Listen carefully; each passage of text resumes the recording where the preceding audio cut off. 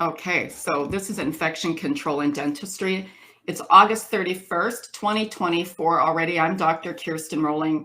I'm the Chief Education Officer here at Dental CE Academy. I'm also your speaker, obviously.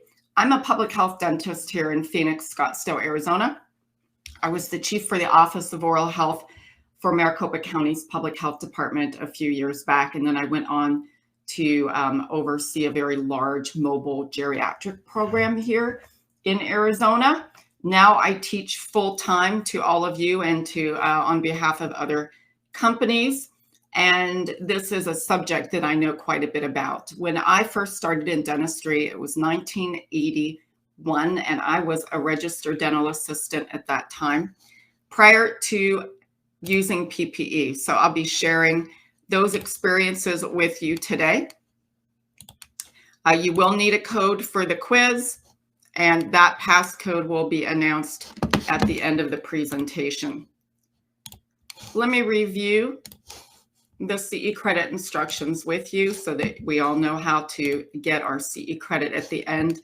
In the course folder, which you can obtain by checking your email or tapping on the red banner at the top of the screen, you'll see the infection control in dental settings instructions for CE credit. There's the link to the quiz. We also have it posted in the chat area. Excuse me. Or you can just go to our website right now, dentalceacademy.com/quiz, and you'll access the quiz. You can take the quiz as we complete the course today, so that at the end of the presentation, I'll just give you the passcode. You'll need it to verify your attendance and enter the passcode, and you should have your certificate within just a couple of minutes. All right, you will need to be here to receive that. Request assistance, the link is there for you in your instructions. I do need to review the following disclosure. Dental CE Academy is required by your dental board and AGD PACE to monitor and record your attendance today, and we use software to do so. So the software will record when you log in, when you log out, where you are at in the world, etc. That is a requirement for your board so that we can demonstrate you are here. But we also have to have a second safeguard, and that is the passcode system. So you will need the passcode. Once the class ends, we cannot provide it to you. We have to show your board in the event that you're audited that you were actually here. All right, you should be on a stable internet connection. You need to be present for the entire duration of this course. It ends at 11:30 Pacific time.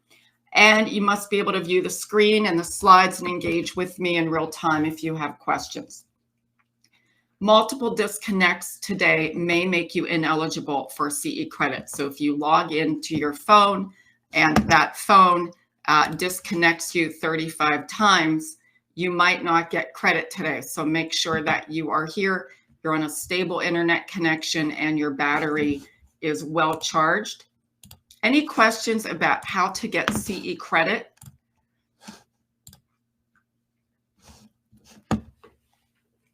For those of you watching the recording at a later date, you'll simply scroll below the video to the instructions section, and number 3 is the quiz. You can enter the passcode that we announced today. All right, let's get to it here. We went through how to obtain CE credit. Again, you all have this handout hopefully by now. It's the exact copy of my presentation. Midway through, we're going to hear from Dr. Arguello from Aerosol Assist about aerosol mitigation. It is not required for CE credit, but I can tell you the majority of y'all do stay on, don't log out. And our presentation will resume after that break. So you do need to be here. All right. And the course will end at 11:30 Pacific time. For those of you that we rescheduled from a couple of weeks ago, my apologies. I had a medical emergency. I got up in the morning with every intent to present this course, and I live in Arizona. Apparently I was dehydrated. I fainted on hard tile floor, had to go to the emergency room, and I fractured my coccyx, my tailbone. So I'm sitting on one of these pillows that are supposed to help, but it's not. So if you see my video, just my picture, I'm probably standing up for a little bit. So I don't want you to be alarmed. And of course, if anybody has a better suggestion than the pillow, let me know, because I know there's a few of you that have probably fallen on your tailbone as well. All right, I do want to thank Aerosol Assist for their support today. And again, stay on from about 9:30 to 10 o'clock Pacific time. Dr. Euler will join us, and you'll learn about aerosol mitigation and how to reduce aerosol at its source, which is source control. Any questions about how to get CE credit?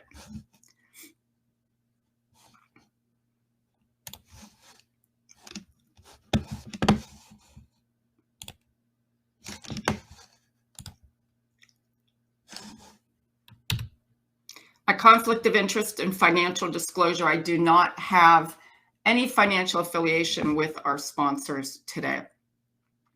I'm an employee of Dental CE Academy. All right, learning objectives are in your handout.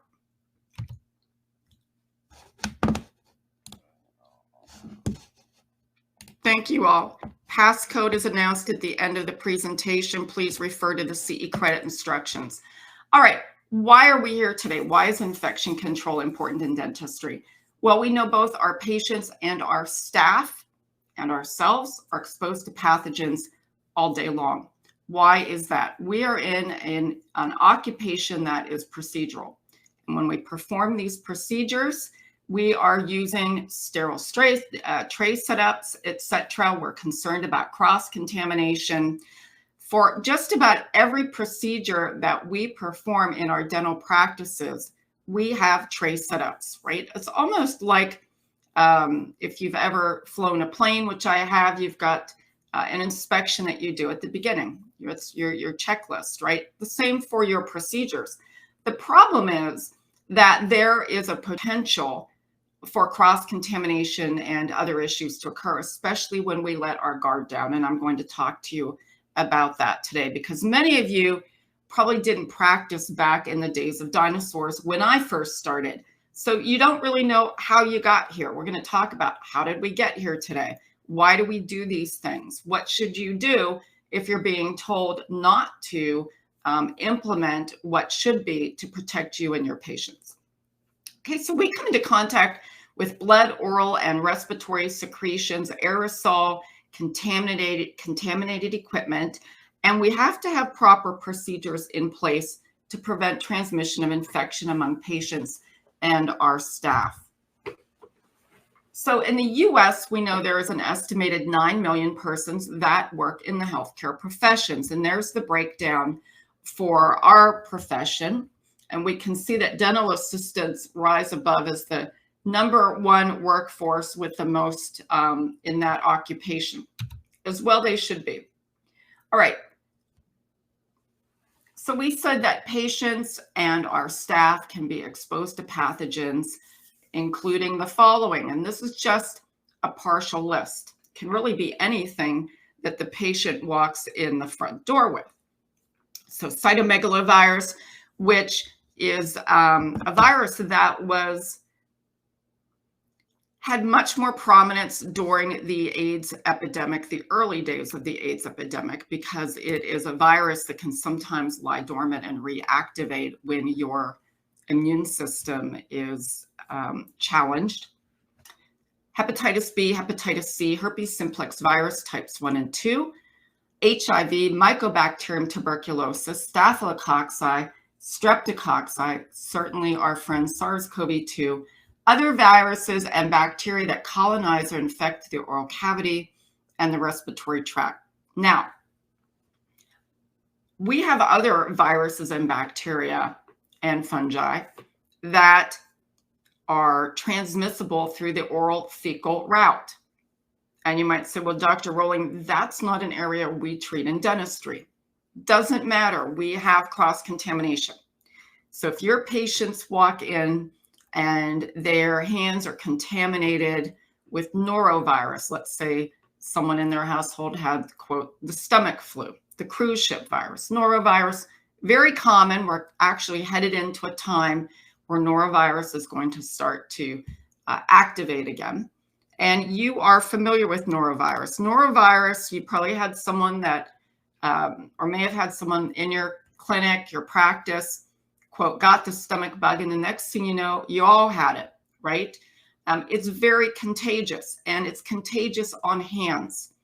So oral fecal route, indirect transmission occurs, or something that's contaminated, a doorknob, etc. Patient's chair. Clostridium difficile, which is a bacteria, those spores live forever. It's highly contagious. It does contaminate your dental practices because it contaminates healthcare environments, all healthcare environments, and it is spread through the oral fecal route. So the number one way to protect yourselves, as you'll hear me say today multiple times, is wash your hands. All right, the first influenza pandemic of the 21st century was in April of 2009, and this was, quote, swine flu. It was an H1N1, or is an H1N1 virus, and it emerged right after the holiday season here. I know that firsthand because I became infected treating children in a public health clinic, and I was off work for about 6 weeks and pretty sick. So this was the first influenza pandemic of the 21st century.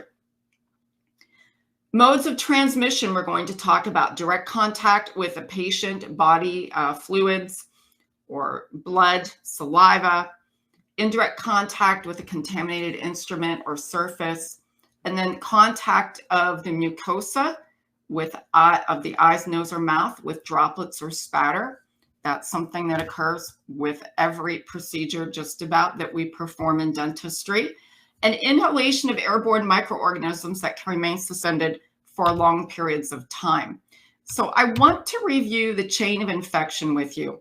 Why? Because we just saw we have at least 250,000 dental assistants across the US, and I can tell factually that not all of them are trained the same way. In fact, not all of them are trained sufficiently. Some of you have been trained on the job, and you may not have received the reason for why you're doing the things that you're required to do. It's a good review for all of us. So the chain of infection, let me go to the next diagram here.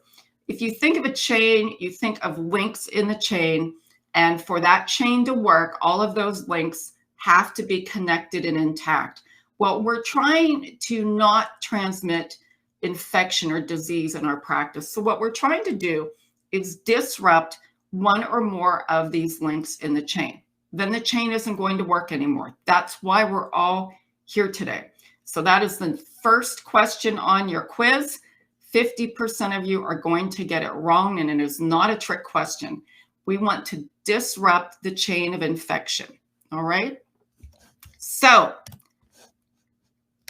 how do we do that? Let's start with the first link. We need a pathogen. So bacteria, virus, fungi, parasites. We need a reservoir. That pathogen needs an environment where it can divide, proliferate, replicate, produce toxins. That can be humans, animals, soil, food, or water. You're hearing a lot now about Mpox. I actually have the course on demand on our website, but I'm going to update it and make it live here in about a week or so.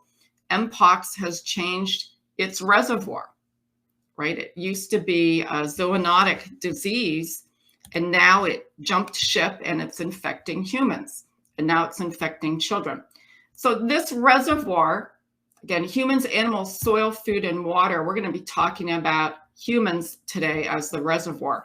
Portal of exit, this is how that pathogen will escape its host, the reservoir, and infect someone else. And that's part of evolution. That's part of how these pathogens, microorganisms survive. Bacteria, viruses, fungi, they just want to live. They just want to survive. Unfortunately, we give them a playing ground, right? So what we're trying to do today is not give these pathogens the playground, right? So portal of exit, what we're going to talk about is intervention. How do we protect ourselves? Coughing, sneezing, bodily secretions, feces can all be a portal of exit. Mode of transmission is the transport. This is how that pathogen is going to get from one reservoir to another. And notice that can be through direct contact, it can be through indirect contact, or vectors. We're not going to really discuss vectors. Those are animals or insects like mosquitoes, ticks, etc. Notice the number one mode of transmission there. It's the hands. Hands are the number one mode of transmission. And you might say, well, we wear gloves. It's not a problem. Gloves do not protect you. Let me repeat that. Gloves do not protect you. You have to effectively wash your hands, either soap and water or alcohol hand sanitizer that we'll talk about today. The portal of entry. This is the door that this pathogen enters to the new reservoir, the new host. It can be through the mouth, nose, eyes, or cuts in the skin. And then we need a susceptible host. We need someone who is not immune to the disease caused by this pathogen or the infection. And that can really be anyone. But we know that we have populations at greater risk. Who are those patients walking in your door today? The immunocompromised. Your patients that may be treated for rheumatoid arthritis, Crohn's disease, or inflammatory bowel disease. They're on medications, and those medications suppress their immune response. That's what those medications are supposed to do. But if they come into contact with a pathogen and they become infected, they can become very ill. They're at greater risk for hospitalization and sometimes death. So if you see your patients that are on Humira or prednisone with those sorts of autoimmune diseases and so forth, you have to pay attention. Infants, the immune system is not mature yet, right? And then our older adults. Our older adults are at great risk for disease and infection if they come into contact with contamination. So we deploy universal precautions or standard precautions. So we treat every patient as potentially infectious. And the idea here is that it should protect everybody walking in the door, as well as you. All right, so again, disease transmission prevented by interfering with the links in the chain of infection. We want to break one or more of those links. We do it through interventions that we'll talk about today. We discussed the reservoir today, and reservoirs can be air, water, soil. In our dental practices, it can be dirty countertops, floors, etc. Many common infectious diseases have human reservoirs, diseases that are transmitted from person to person without intermediaries. And again, these human reservoirs look for areas in our practice that we might not be cleaning adequately or disinfecting adequately. So what are some of these common infectious diseases? Well, the sexually transmitted diseases, measles, mumps, strep infection, many of the respiratory pathogens. Back in 1980, we completely wiped smallpox virus off the face of the earth through vaccination. That was the first vaccine campaign, and we were able to successfully eradicate this virus. The smallpox virus is one of the orthopox viruses. Mpox is also an orthopox virus, which is why you see public health right now and CDC sending up the alarm, because it's making another comeback. How do they do these things? How do these viruses do this? Mutation. They're on the earth. They just want to survive like the rest of us. Unfortunately, we aren't bright enough to realize that we've got to fight back. So we give them a playing ground. Now, orthopox virus is various viruses again. Smallpox virus, Mpox virus. The smallpox virus, to note, was a virus that also infected and killed many children. So at the time when I was a little girl, when the smallpox vaccine came out, we were lined up and we were, well, actually that was the polio virus, excuse me. For smallpox virus, we were given an injection of live virus right in the arm. And that virus or that vaccine would make a blister, it's a bullous lesion that had active virus in it. So when you were a child and it was itchy, you couldn't touch it and touch your face or touch your eyes because you could inoculate yourself with the virus, right? So once that lesion healed, you were left with a scar, and that was sort of like your rite of passage when you were entering kindergarten. Every child got this vaccine and successfully wiped it off the face of the earth. It was a very disfiguring virus. Mpox is extremely disfiguring. The same. All right, human reservoirs. Why are we here today? We're concerned about infection control. We want to know how we can reduce the incidence of disease transmission, protect ourselves, protect our patients, also protect our family members or whomever we love and live with at home, right? Because these pathogens don't just stay in the dental practice, folks. They can go home in your hair. They can go home on your forearms if they're not covered, or your shoes if you're wearing your work shoes to home, and vice versa. We're worried about carriers because carriers are human reservoirs that may or may not show signs, clinical signs of illness yet. So you can have a patient walk into your practice on Tuesday, for those of you here in the States, and that patient's checked off no on their health history form. They look as healthy as they can on paper. You let your guard down, you take them back. They're sitting there yakking it up, talking to you, and you're asking them questions.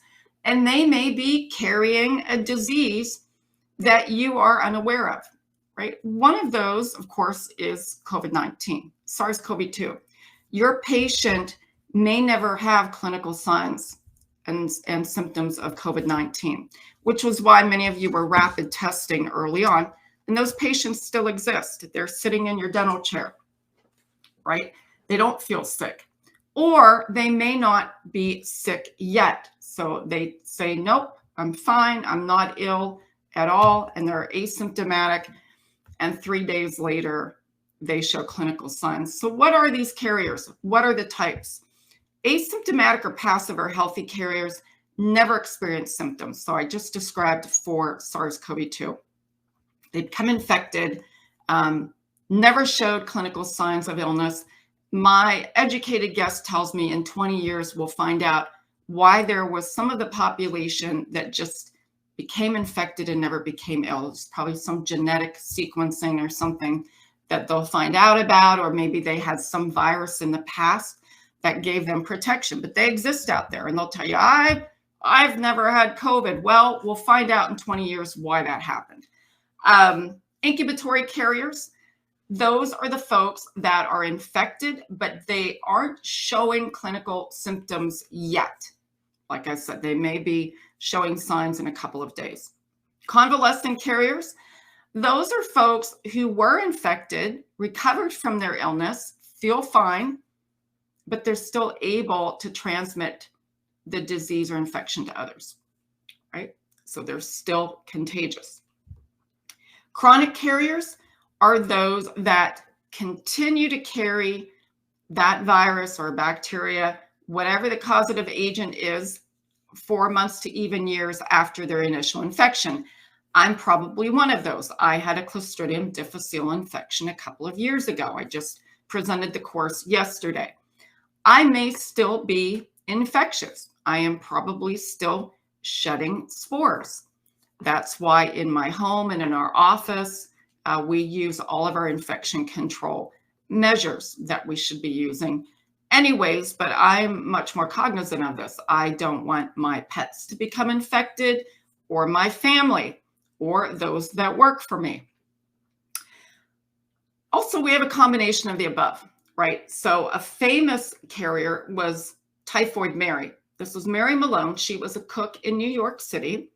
And in the early 1900s, she unintentionally infected many people. They didn't know that she had typhoid, right? Salmonella typhi. Now, what happened back then was isolation. We didn't have a cure for typhoid at that time. So what do? You put her off on an island for the rest of her life and you isolate her from the rest of the population. That, my friends, is social isolation at its extreme, right? We have other cases of that, though. We were complaining about the pandemic in Molokai, in Hawaii. If you developed signs of Hansen's disease, which is leprosy, you were put on a ship and you were taken to the island of Molokai and you were dropped off in the ocean, expected to swim to shore. And that's where you lived out your remaining years.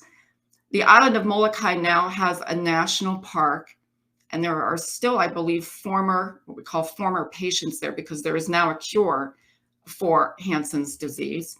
And you can read about it in the book Molokai, or you can actually visit there. I had an opportunity to hike down into that park. Now you have to hike down a 3-mile seawall to get to it. If you work in public health, you can get a special permit. It's interesting history. But again, we have to isolate those folks from the rest of the population, right? If we don't have a cure, you could wipe the population off the face of the earth. All right, humans, we know, are also subject to diseases that have animal reservoirs, and Mpox is the most recent example of that, although it's not a recent pathogen. It's an orthopox virus again, and Mpox was originally thought to have infected prairie dogs that were exported or to the US or imported, whichever you prefer, as pets. Right? That was the most recent outbreak of 2 years ago. Now this virus has changed a little bit. It's mutated. It seems to be affecting more children. And again, the concern is that it has some parallel to smallpox. All right, so zoonotic diseases, what are the examples here? Bats, SARS-CoV-2, West Nile birds. Thought possibly that AIDS, SARS, Ebola may have emerged from animal hosts. If you have any questions, please type them in the chat area for me. All right, environmental reservoirs here. Plants, soil, and water in the environment can be reservoirs, and Legionnaire's disease is one we should all be concerned about here, because Legionella pneumophila is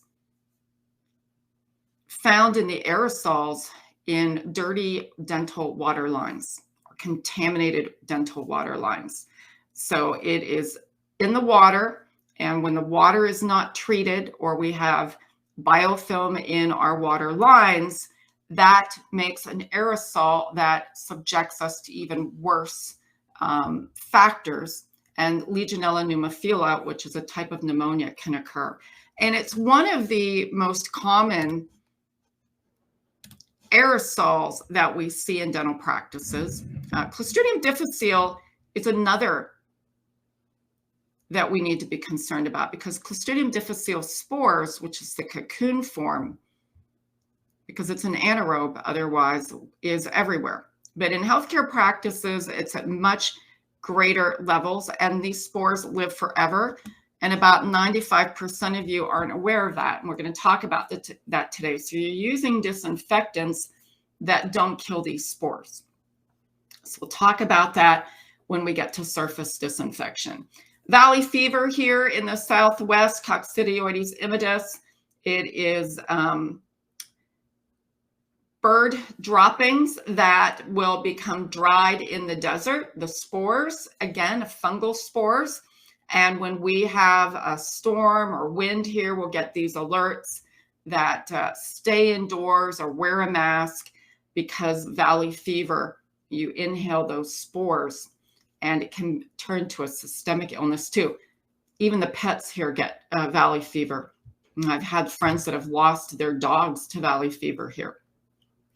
All right, Portal of exit is the way the pathogen will escape its host. It can be from coughing, sneezing.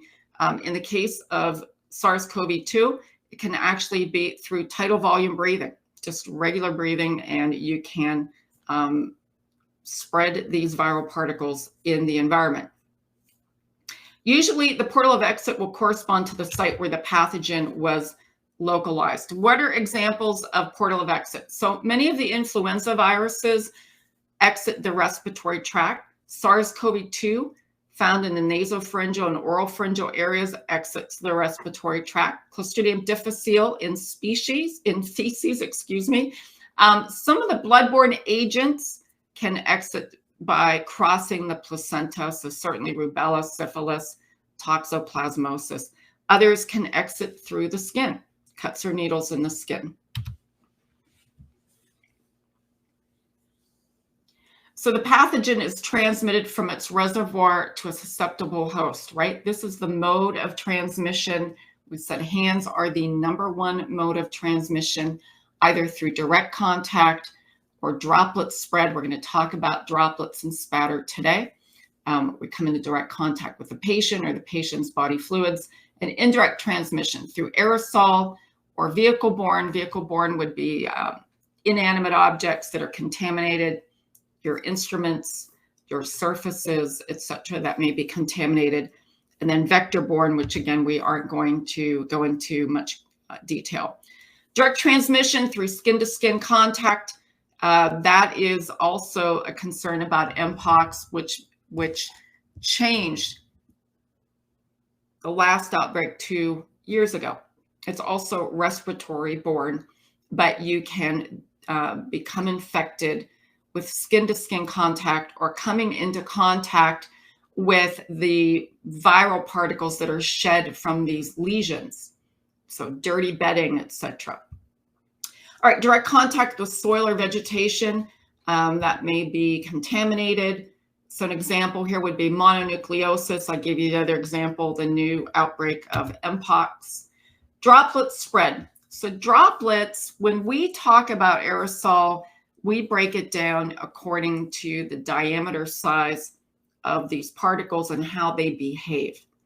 So droplets are the large, chunky, I call them chunky particles, that are ejected within just a few feet of your face, right? They're large, they're short range, they're produced by the procedures that we are performing, maybe it's restorative procedure, etc. Also produced by sneezing, coughing, and talking. Droplet spread is classified as direct because it sprays within a few feet of the area that we're working in. And these droplets behave like ballistics. They bounce all over your office, your operatory, until eventually they run out of steam and they land on the ground or wherever they land, in your hair, on the counter, patient tray, etc. We don't have much control. That's why source control is really important. We want to try to reduce this spread as much as possible.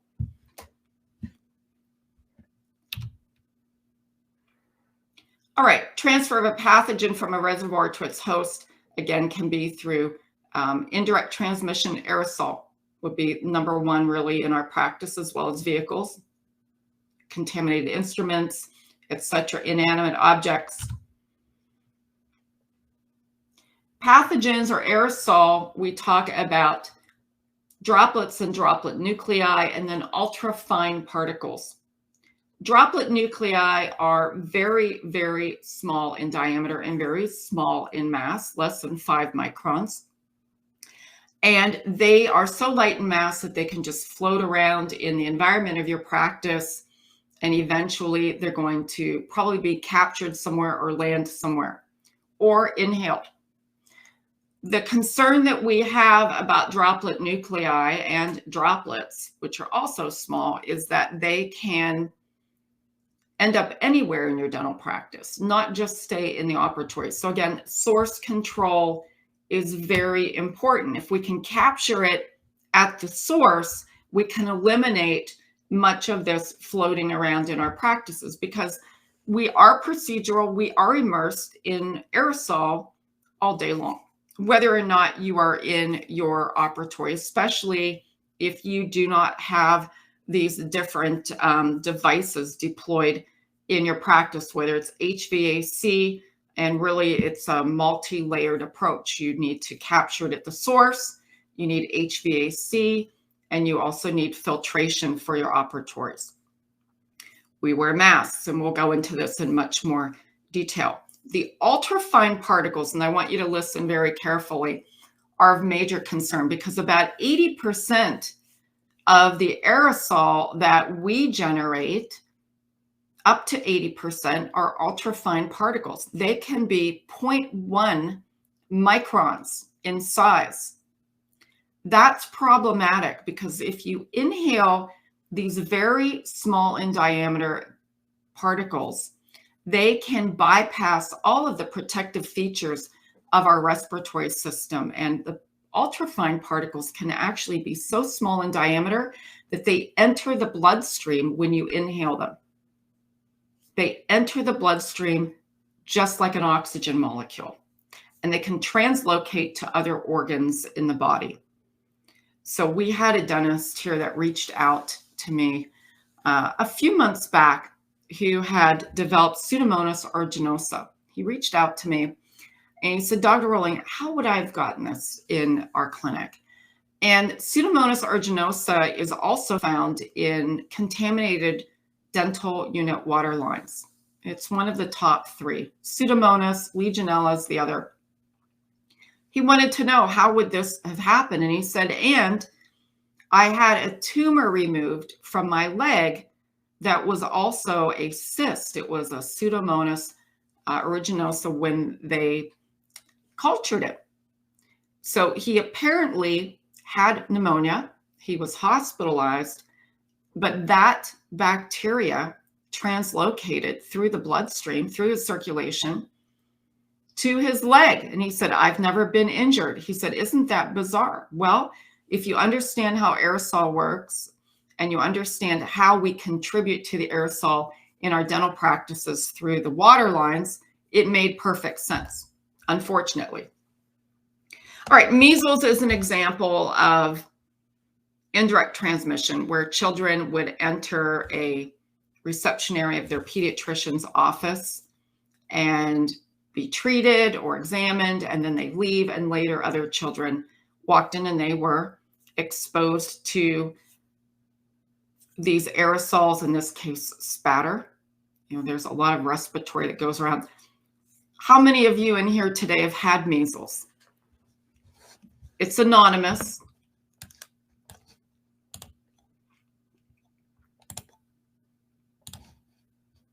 Anybody?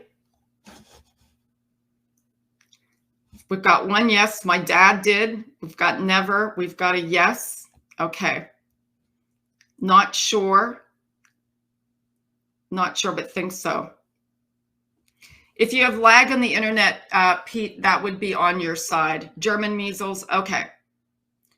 So there are a few of us here that have had measles. I had all the measles because we didn't have vaccinations at the time. Right. So I had German measles. I had the 10-day measles, whatever it was. My vaccination record is actually a record that my mother handwritten. It's a handwritten document that my mother wrote. She had 5 children, and you could see my name. I was the oldest, and then it would be followed by my brothers, you know, chickenpox, German measles, rubella, etc. So many of you are probably vaccinated for measles, but now we have a resurgence because there's a population not being vaccinated. I have a friend who did get measles the same time I did, and she developed encephalitis from the measles, and she became hearing impaired. She lost her hearing then. So it's, you know, a serious issue. All right. Got some comments here. Had a mysterious tumor removed from my ankle, confirmed it wasn't cancer. Well, they probably didn't culture it, but you can check the cells. So they check the cells to see what it is. All right. Indirect transmission of vehicle, we can transmit pathogens on contaminated instruments, contaminated surfaces in our dental practice, and we have a lot of concern about that we'll talk about today. Our housekeeping and clinical surfaces can also be vehicles. Insects we aren't going to discuss, but it's there for you.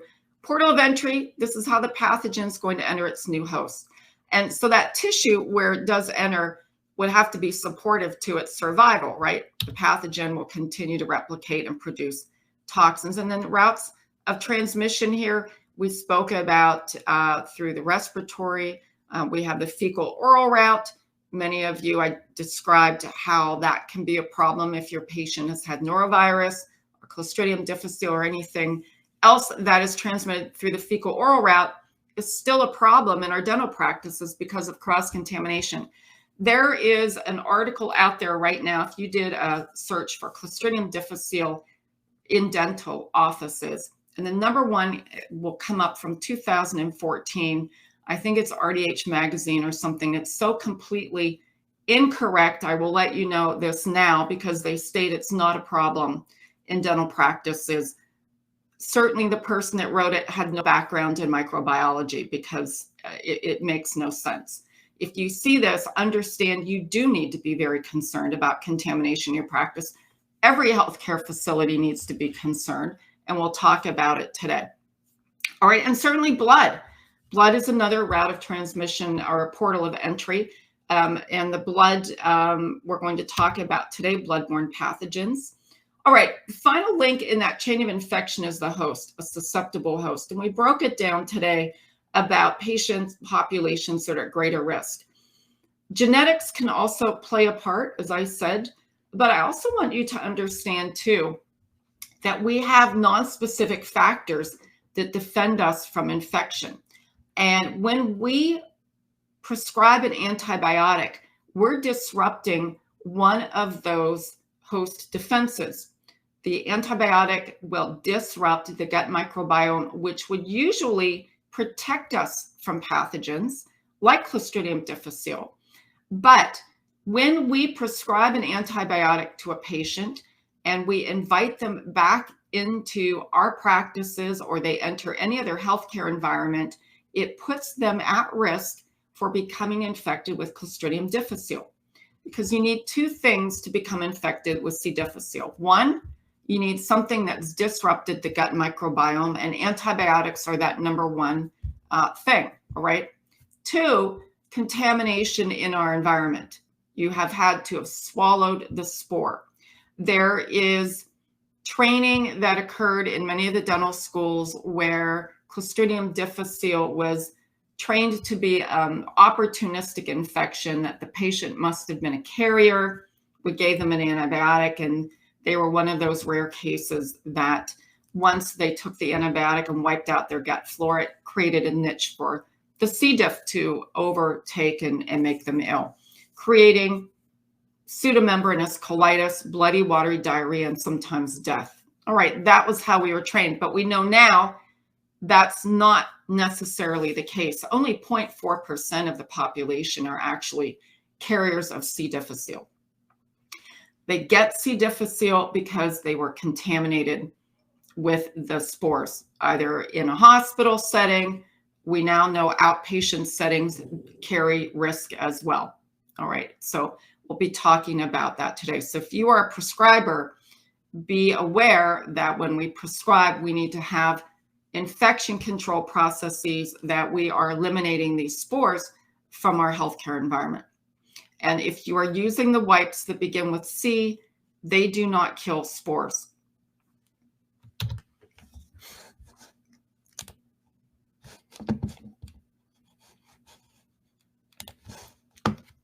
All right. So we're going to disrupt the chain of infection. How do we do that? We do that with interventions.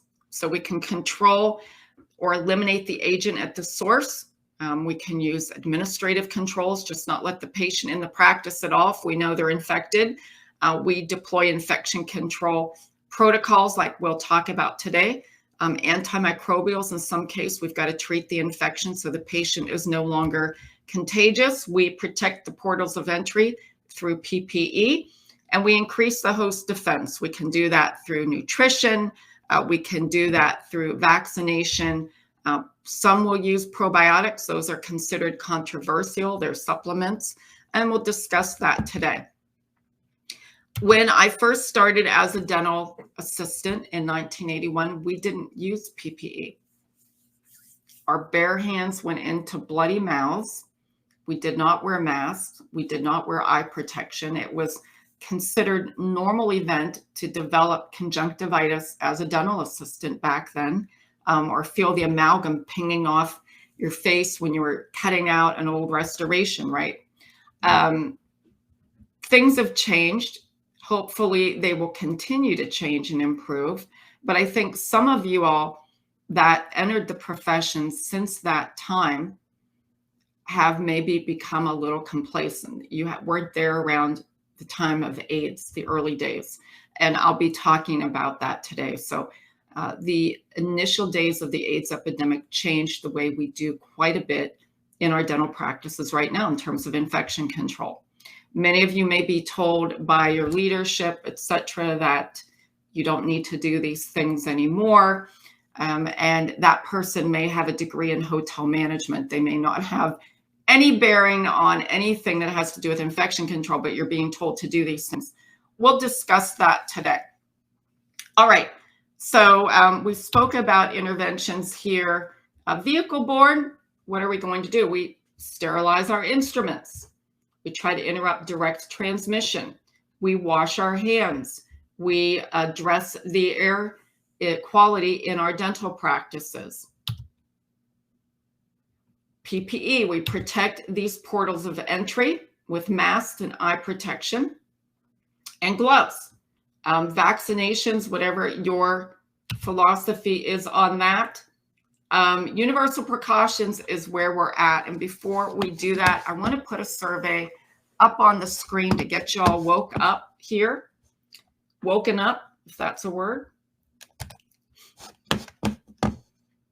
So this is a survey question, and you can access it on the screen. It's 1, 2, 3, 4, 5, 6 questions. The last 2 questions, only our prescribers, only our doctors need to answer. But all of you, go ahead and tap on that screen and we will review.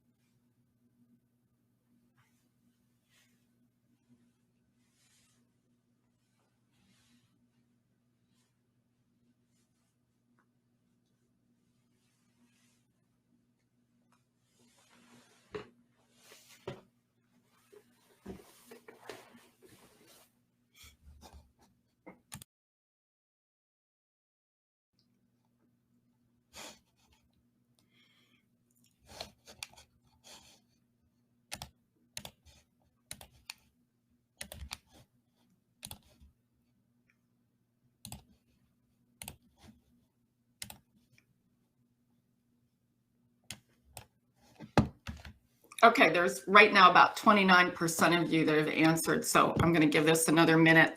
Let's get it to 100%, please. Go ahead and answer. It'll take you 1 second.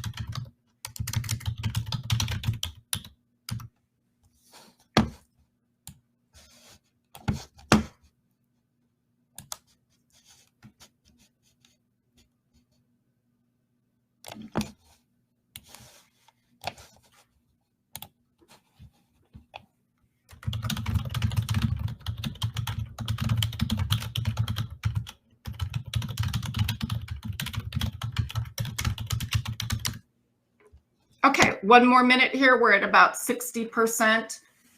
Please be sure that you contribute today.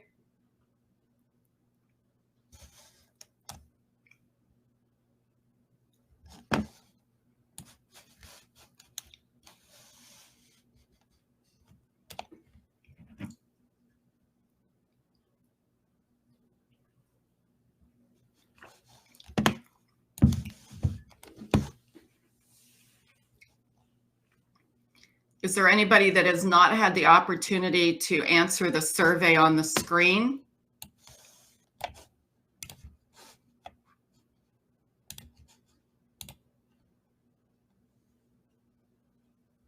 You're fine, Cassie, no problems. You'll be fine.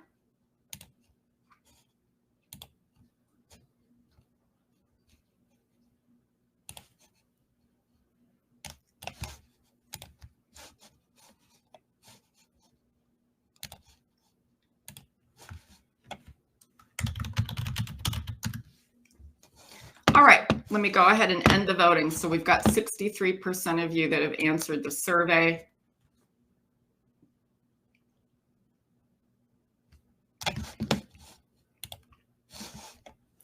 All right, the first question here or comment, our practice currently uses surface disinfectants that are sporicidal. 47% of you that have answered true. 9% of you that have answered false, and 10% of you have answered I'm not sure. So the ones that have answered true, let's start there. Probably, unless you are using hypochlorous acid or bleach, you are probably not using a sporicidal disinfectant. All right, if you're using the wipes that begin with C, those are not sporicidal. Those are quaternary ammonium compounds. We'll review that in a little bit. Now, we recommend hypochlorous acid because you can purchase it. It's actually less expensive. At the correct concentration, it will kill C. difficile spores and everything else you're worried about. Those of you that have answered I'm not sure, you may want to find out what you are using. And you can look it up, certainly online, the instructions for use and where it falls with the EPA. So EPA list K will list all disinfectants that kill everything you are concerned about, including Mpox and Clostridium difficile. All right, number 2, our office performs autoclave biological monitoring. We have 15% of you that answered daily. 44% of you that answered weekly, 9% of you have answered monthly. So the CDC recommends weekly or daily. Now, if you process a lot of instruments, you probably have to go to daily. Here at the county, we certainly did. So does the CDC identify what is a lot? No, they don't. So you have to use your judgment on that. Hands should be washed after glove removal. 65% of you have answered true. 1% of you have answered false. And the answer is yes, we do want to wash our hands immediately after we remove our gloves, because underneath our gloves, you have an environment that is conducive to more microbial growth, right? So it's impossible to remove 100%. When you take your gloves off, wash your hands before you reach for your phone or a keyboard, etc. The person responsible for the oversight of infection control in our dental practice is the dental assistant, 29%, the dental hygienist, 13%, the front office, 1%, and I'm not sure, 4%. No one in particular, 16%. So I love this question because it's all over the map, right? You want to have one person, though, who is responsible for making sure it all gets done. You can divvy up the tasks, but you really need an administrator, someone in your practice who's reliable, and they're going to keep track to make sure that your autoclaves are being spore tested and done so properly, to make sure the equipment is being maintained as it should, and so forth. Water lines are being treated and tested, for instance. Aerosol mitigation devices are available, et cetera, et cetera. So one person to oversee it. Why?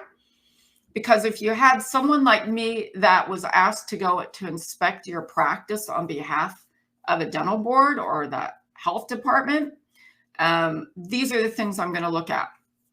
So if I see that you have someone and it's very organized, I'm going to be less concerned about you.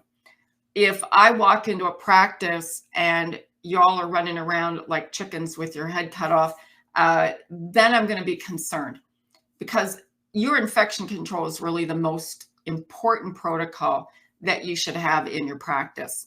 And if you don't have an organized system to make sure that you're protecting your patients and yourself, I'm going to be concerned about your practice, and I'm going to look a little deeper, right?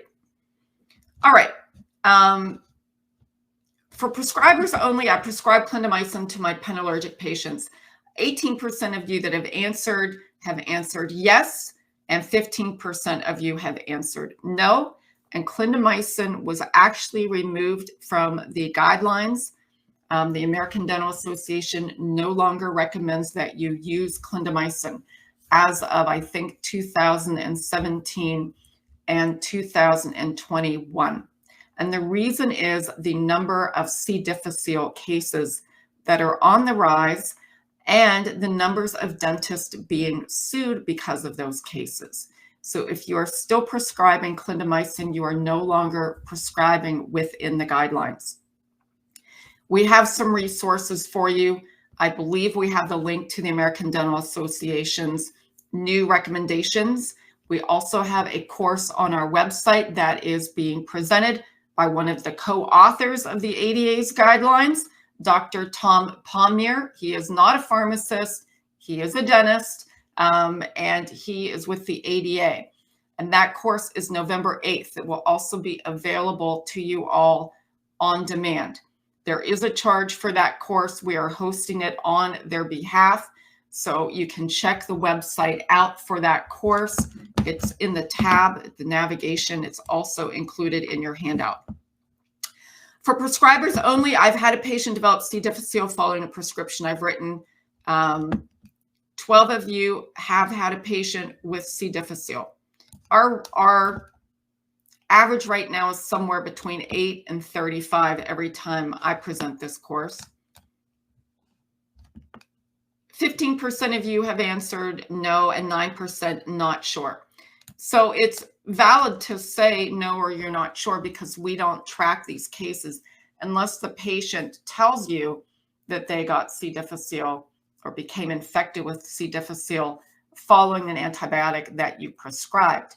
Then you wouldn't know, because we don't track it. That is about to change, because the pharmacies now will start tracking these codes. And if they see a provider who's prescribing clindamycin still, or they prescribed an antibiotic and the patient came back up to 90 days later for oral vancomycin or fidaxomicin, that is diagnostic for C. diff infection. In the future, Medicare or hospitals may be knocking on your door to recoup some of the costs for treating that C. diff infection. And I'm the messenger here.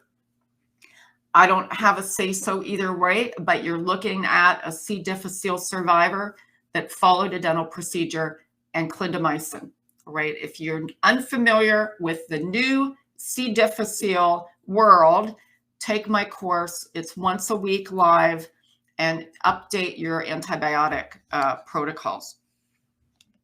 Let's take a look at questions here. You're fine, Nancy, no problem. Our supervisor is the main one, but not listed. I wish there was an option for back staff. We'll add that. We have room to add. So you all that are experiencing, there's 2 of you experiencing lag, understand how broadband works.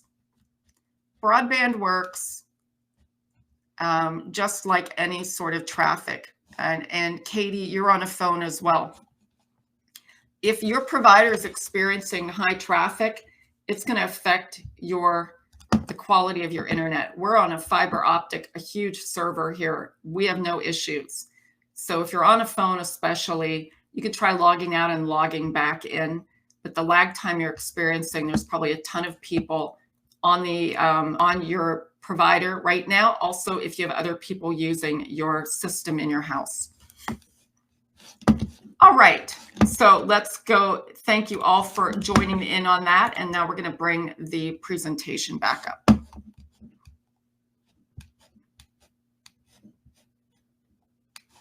We'll add doctor as well. So if you're 100% in charge of the oversight, we can certainly do that. If you're, again, back office, we can add that as well. All right, C. difficile is a bacterial infection that is caused largely by antibiotics. And we'll talk about that in a little bit more time. All right, any other questions or comments?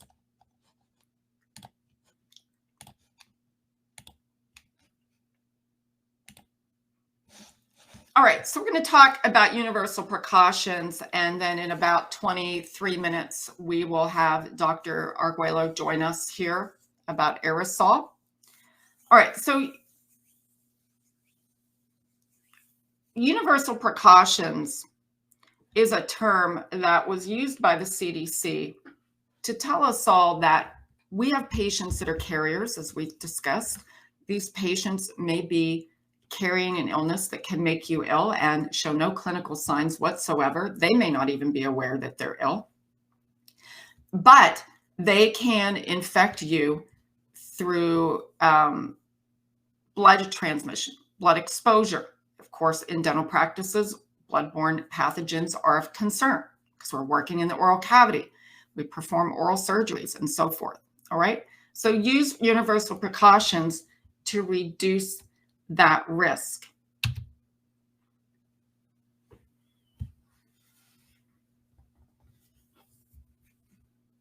Universal precautions originally applied to just bloodborne pathogens. We treat all patients as potentially infectious. So the time that I entered dental school at UC San Francisco, which with New York was the epicenter of the AIDS crisis. Many of my instructors, Dr. Gerberding, Dr. Anthony Fauci, the Greenspans that discovered white hairy leukoplakia, all my professors at the time. I had enormous education. And I saw oral medicine in oral medicine clinic, lesions that you will probably never see in your lifetime because of that time period, right? But we also learned, because we weren't using PPE at the time that I entered dental school, that quickly changed, was that we had to be concerned about bloodborne infection. How are we going to protect ourselves? How are we going to protect ourselves if we had a Sharps injury? What was our chance of becoming infected with AIDS if we had a needle stick? Well, in dental school, nearly all of us had a needle stick, at least one. We'll talk about that today. So treat all patients as potentially infectious, not just the ones that look sick, right? All right, how do we reduce blood exposure? Through preventive practices, careful handling of sharps. Use rubber dams to minimize blood spattering. Rubber dams are great. Rubber dams are going to reduce a lot of your source aerosol that you're concerned about. Hand washing, effective hand washing, and using PPE. A couple questions here. Do I recommend any cleansing tablet for water lines? We'll talk about water lines afterwards. So the second half of the course. I'm not sure, William, what you mean by IO-rinse. So if you could clarify that, I'll be happy to answer it. All right, universal precautions was changed to standard precautions. So we treat all patients as potentially infectious because they may be carriers, but We're now going to expand that concept from bloodborne pathogens to really any bodily fluid, right? So saliva would be one of those. But the protocols are the same. Hand washing, PPE, make sure we are disinfecting environmental surfaces, injury prevention, and patient care equipment. Let's talk about the personnel elements of an infection control practice. This gets a little dry and it's required because we have to align with the CDC requirements. I'll try to make it as exciting as possible. All right, personnel health elements: education and training, immunizations, exposure prevention, post-exposure management, medical condition management, work-related illnesses, restrictions, and health record maintenance. When we talk about education, we are to develop a written health program. Policies, procedures, guidelines for education and training should include immunizations, should include exposure prevention, post-exposure management. How are we going to handle the employee that has a needle stick? What's your protocol? So that they know what the protocol is.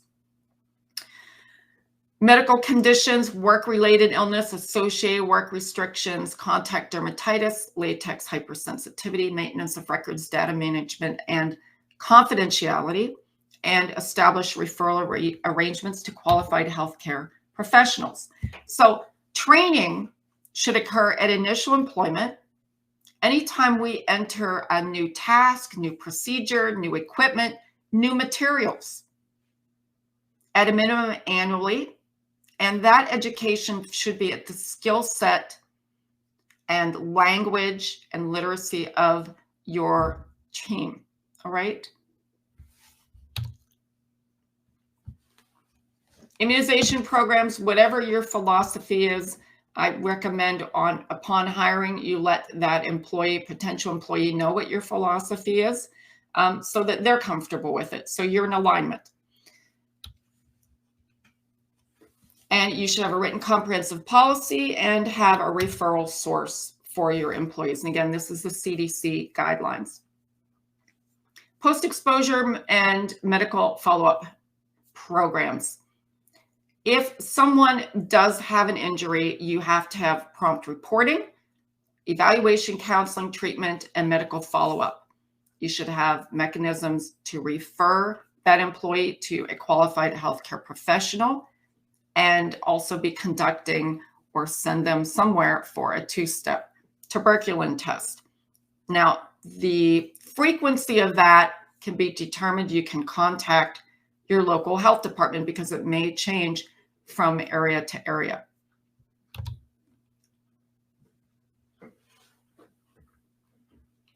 All right, written policies regarding work restriction and exclusion. Back in the old days, oftentimes we were bonused for not taking our sick time because dental practices are oftentimes small businesses. If your dental assistant calls off that day, that really is detrimental to your production and everything else. I know it was for me. But bonusing and encouraging your employees to come to work ill is an oxymoron, right? We don't want to encourage employees to come to work sick. And your patients certainly don't want to see a sniffling, coughing dental assistant or dental hygienist, right? So it is a challenge for many of you. I get that. But again, we don't want to encourage sick employees to come to work. It actually can end up wiping out your whole workforce. So it's just not, it doesn't make sense. So there shouldn't be a penalty with loss of wages, benefits, or job status. And if somebody does have occupational dermatitis or latex allergy, we need to acknowledge that and make arrangements for them. Many of you are using nitrile gloves now. That's great as well. But now we have cases of folks developing allergies to the nitrile compounds. Latex sensitivity and allergy. Ask to see their allergic report or, allergy testing in a report. If they can't produce it or they've not had it, it's a good idea to be tested. There are many of us out there with latex sensitivity now. It's just because we used latex gloves for years, especially latex gloves that were powdered at the time. All right, data management. This should be kept confidential. So my recommendation is that you consider using a monthly software. It's a monthly subscription, or check with whoever your software management company is, practice management, because there is software that you can onboard your employees and it will keep track of all of this for you. When they did go through the orientation, when you onboard them initially, when you have had updated meetings on infection control and reviewing protocols, when their license is due, what continuing education they still need to take. Did they have their tuberculin test? Did they get their influenza vaccine or their hepatitis B vaccine? Whatever you need to keep track of, that employee, as well as you, the authority of the practice, will get a message, Dr. So-and-so, their license is up for renewal, or their malpractice insurance needs to be verified. These are things that it's very difficult to keep track of on an Excel spreadsheet. So it's just a recommendation that I have. And it's a way to keep everything confidential, right? So the whole world doesn't have access to it. Only maybe the practice owner and the practice administrator and that employee. So they'll get a notification as well. Bradley, if you do a search, it's credentialing software, and there are different companies, but I recommend it. Here at the county, when I started, I had 48 dental hygienists that reported to me and probably 30 dentists. And we had a hygienist who was in charge of this, and bless her heart, she was trying to keep track of it on an Excel spreadsheet.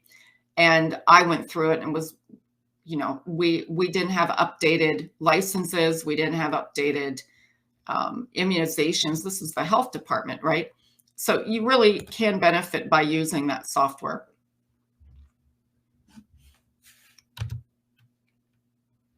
All right, how do we prevent the transmission of bloodborne pathogens?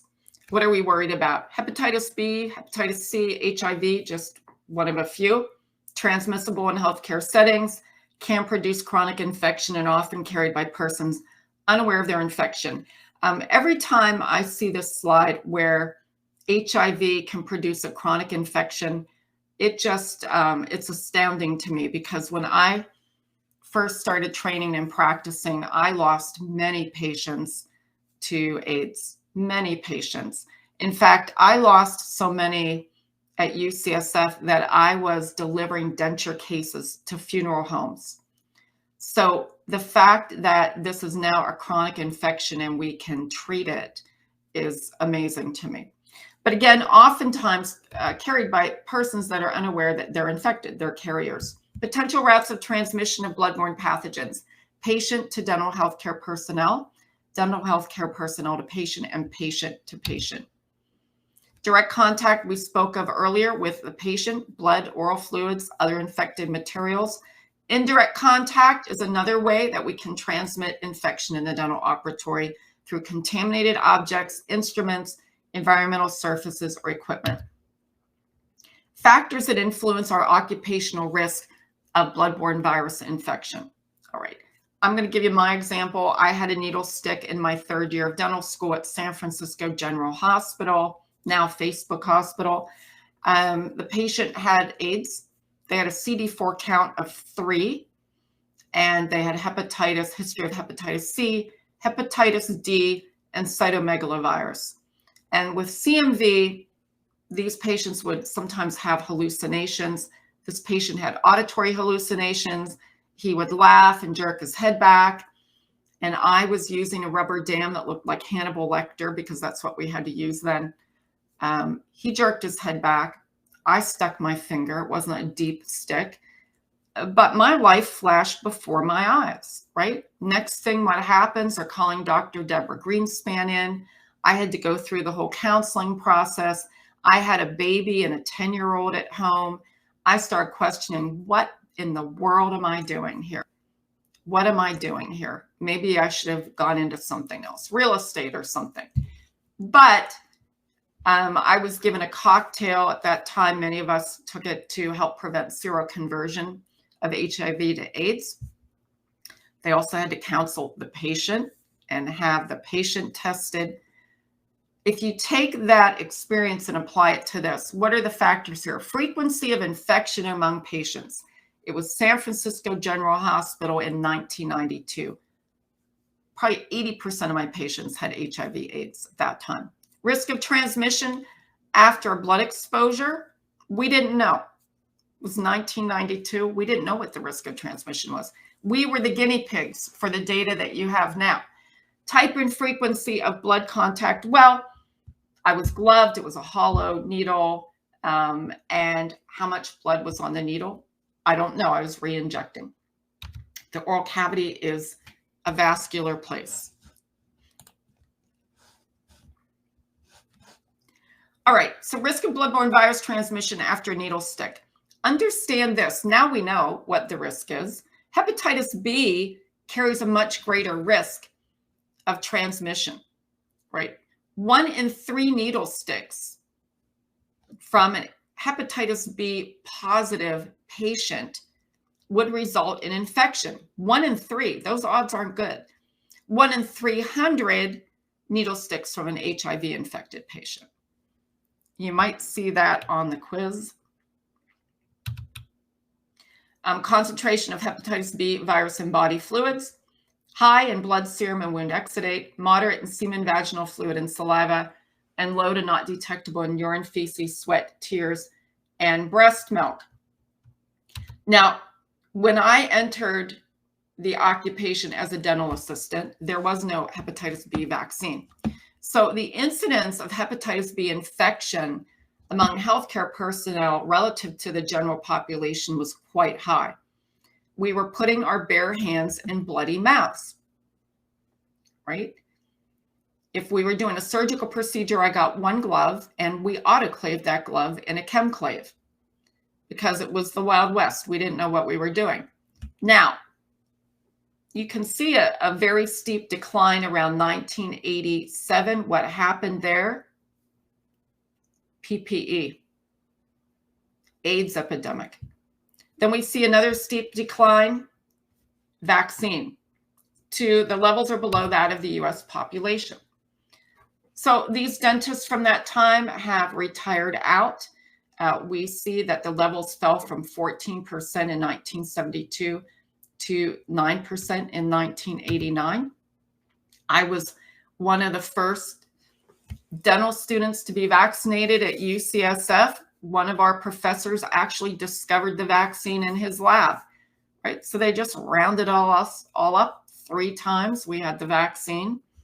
And you want to make sure that you check your titers because you may not carry the same level of protection that you did, at the time that you had the vaccine.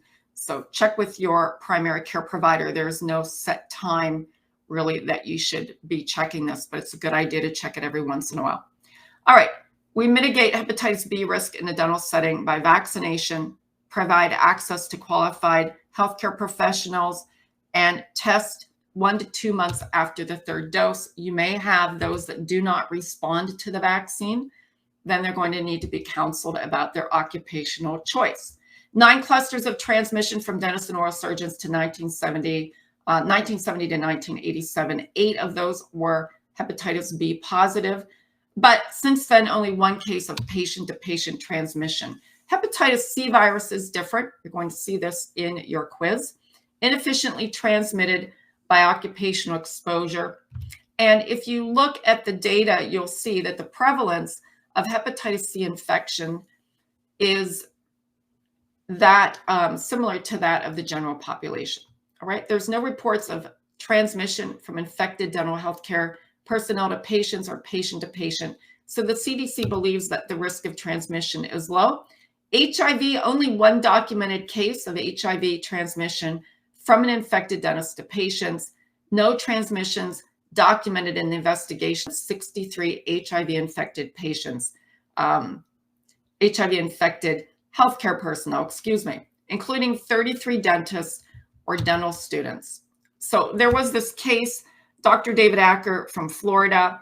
He had AIDS. He allegedly infected 6 of his patients with HIV. Kimberly Bergalis is a very famous case. This occurred in my, I think, first year of dental school. This was before the internet. So the news was basically through TV and magazines.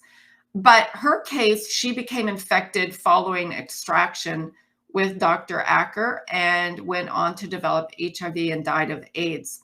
And the means of transmission here was unknown. There were a lot of rumors floating around, but this was the kind of thing you would see in the popular press. Imagine being in dental school in San Francisco at this time, and the patients or the dentists that had practices in San Francisco at this time, patients were very fearful to go to the dentist. Her parents went to Congress and tried to lobby to have a law changed that every dentist would have to publicly announce their HIV status. Fortunately, that did not pass. All right, healthcare workers with possibly occupationally acquired HIV/AIDS. We see documented cases 57, possible 139, 3 dentists, 1 oral surgeon, 2 dental assistants. And it usually has to do with oral surgeons work with wire, fracture reductions and so forth. Risk factors for HIV after percutaneous exposure to HIV-infected blood we reviewed earlier, but deep injury, visible blood on the device, needle placed in an artery or vein, or terminal illness in the source patient. All right, what do we need to know about Sharps injuries now? Most of them occur outside of the patient's mouth, often caused by burrs, syringe needles, other sharps. Reported frequency among dentists has declined and involves small amounts of blood. General recommendations to prevent exposure to blood and OPIM: use standard precautions, use Sharps protocols, Sharps containers for any of your sharp items, establish engineering controls and work practices, and implement a written comprehensive program that you develop to minimize and manage dental healthcare personnel exposure to blood and body fluids. So engineering controls, work practice controls, and administrative controls. Engineering controls, we isolate or remove the hazard. So Sharps container or self-sheathing scalpels, self-sheathing needles. Work practice controls, we change the way we perform the task. We use our instruments to retract tissue, not our fingers. Use one-handed needle recapping. All right. Identify and evaluate selected devices with engineered safety features at least annually or when they become available on the market. We use Sharps containers again. We don't recap, use needles with our bare hands. We don't bend, break, or remove needles before we dispose of them. I was trained as a dental assistant. They'd pass the syringe to me without a cap on it, by the way, and I would bend the needle on the tray, boom, use my bare fingers, try to put the cap back on as best as I could. And at the end of the procedure, use my bare fingers to take that needle off the syringe, throw it in a milk carton, pour it up in plaster, and dump it in the dumpster. That was our Sharps protocol in 1981. So a lot of things changed and occurred because of the AIDS epidemic. We want to use a recapping device. I prefer the metal heavyweight ones over the cardboard ones. The cardboard ones became very flimsy over time. Okay, administrative controls, you all are experts at. You have the patient at the beginning of the pandemic. Maybe they were waiting in their car before you let them in. They text when you get there. They pre-complete their health history forms. You were taking temperatures and so forth. This is all to keep the patient outside the doors if you know they're infected, right? It doesn't necessarily protect you from carriers, though. Post-exposure management plan, clear policies and procedures, educate dental healthcare personnel, provide rapid access to clinical care, post-exposure prophylaxis, and testing of the source patient. All right, and also includes what? Wound management, exposure reporting, and assessment of infection risk. All right, aerosol management is where we're at right now. I did cover quite a bit about aerosol earlier, but understand that we are in a high-risk occupation. That should not surprise any of you. And we perform procedures that generate pathogenic aerosol. Also, included in that are ultrafine particles, and we want to mitigate at the source.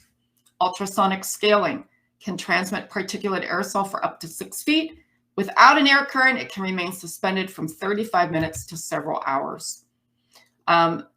Study after study concludes to use high volume suction device, an external device, to reduce the aerosol particle count. You're going to see really an intraoral device today that was designed and invented by Dr. Arguello. If you have any questions, please type them into the chat area. I'm going to load Dr. V's video here.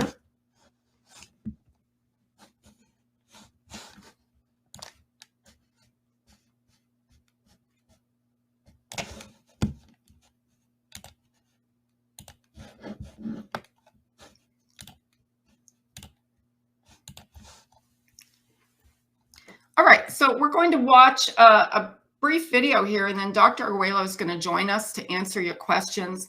This is on the Aerosol Assist. At the top of the screen here momentarily, Jake will put their link to their website for you. And they usually offer some sort of promotion for our attendees. So I encourage you to stay on. You're going to learn quite a bit, and it's a great device.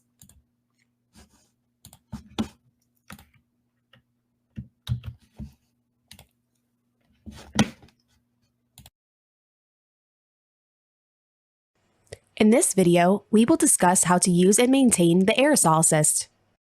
The Aerosol Assist increases safety and when used correctly increases work performance. We are confident that the Aerosol Assist will become a daily tool you come to depend on. The Aerosol Assist offers cost-effective aerosol suppression, intraoral fluid removal, and dynamic lip retraction in one easy-to-use, hands-free device. The best part is you do not need any specialized equipment or hoses to get started.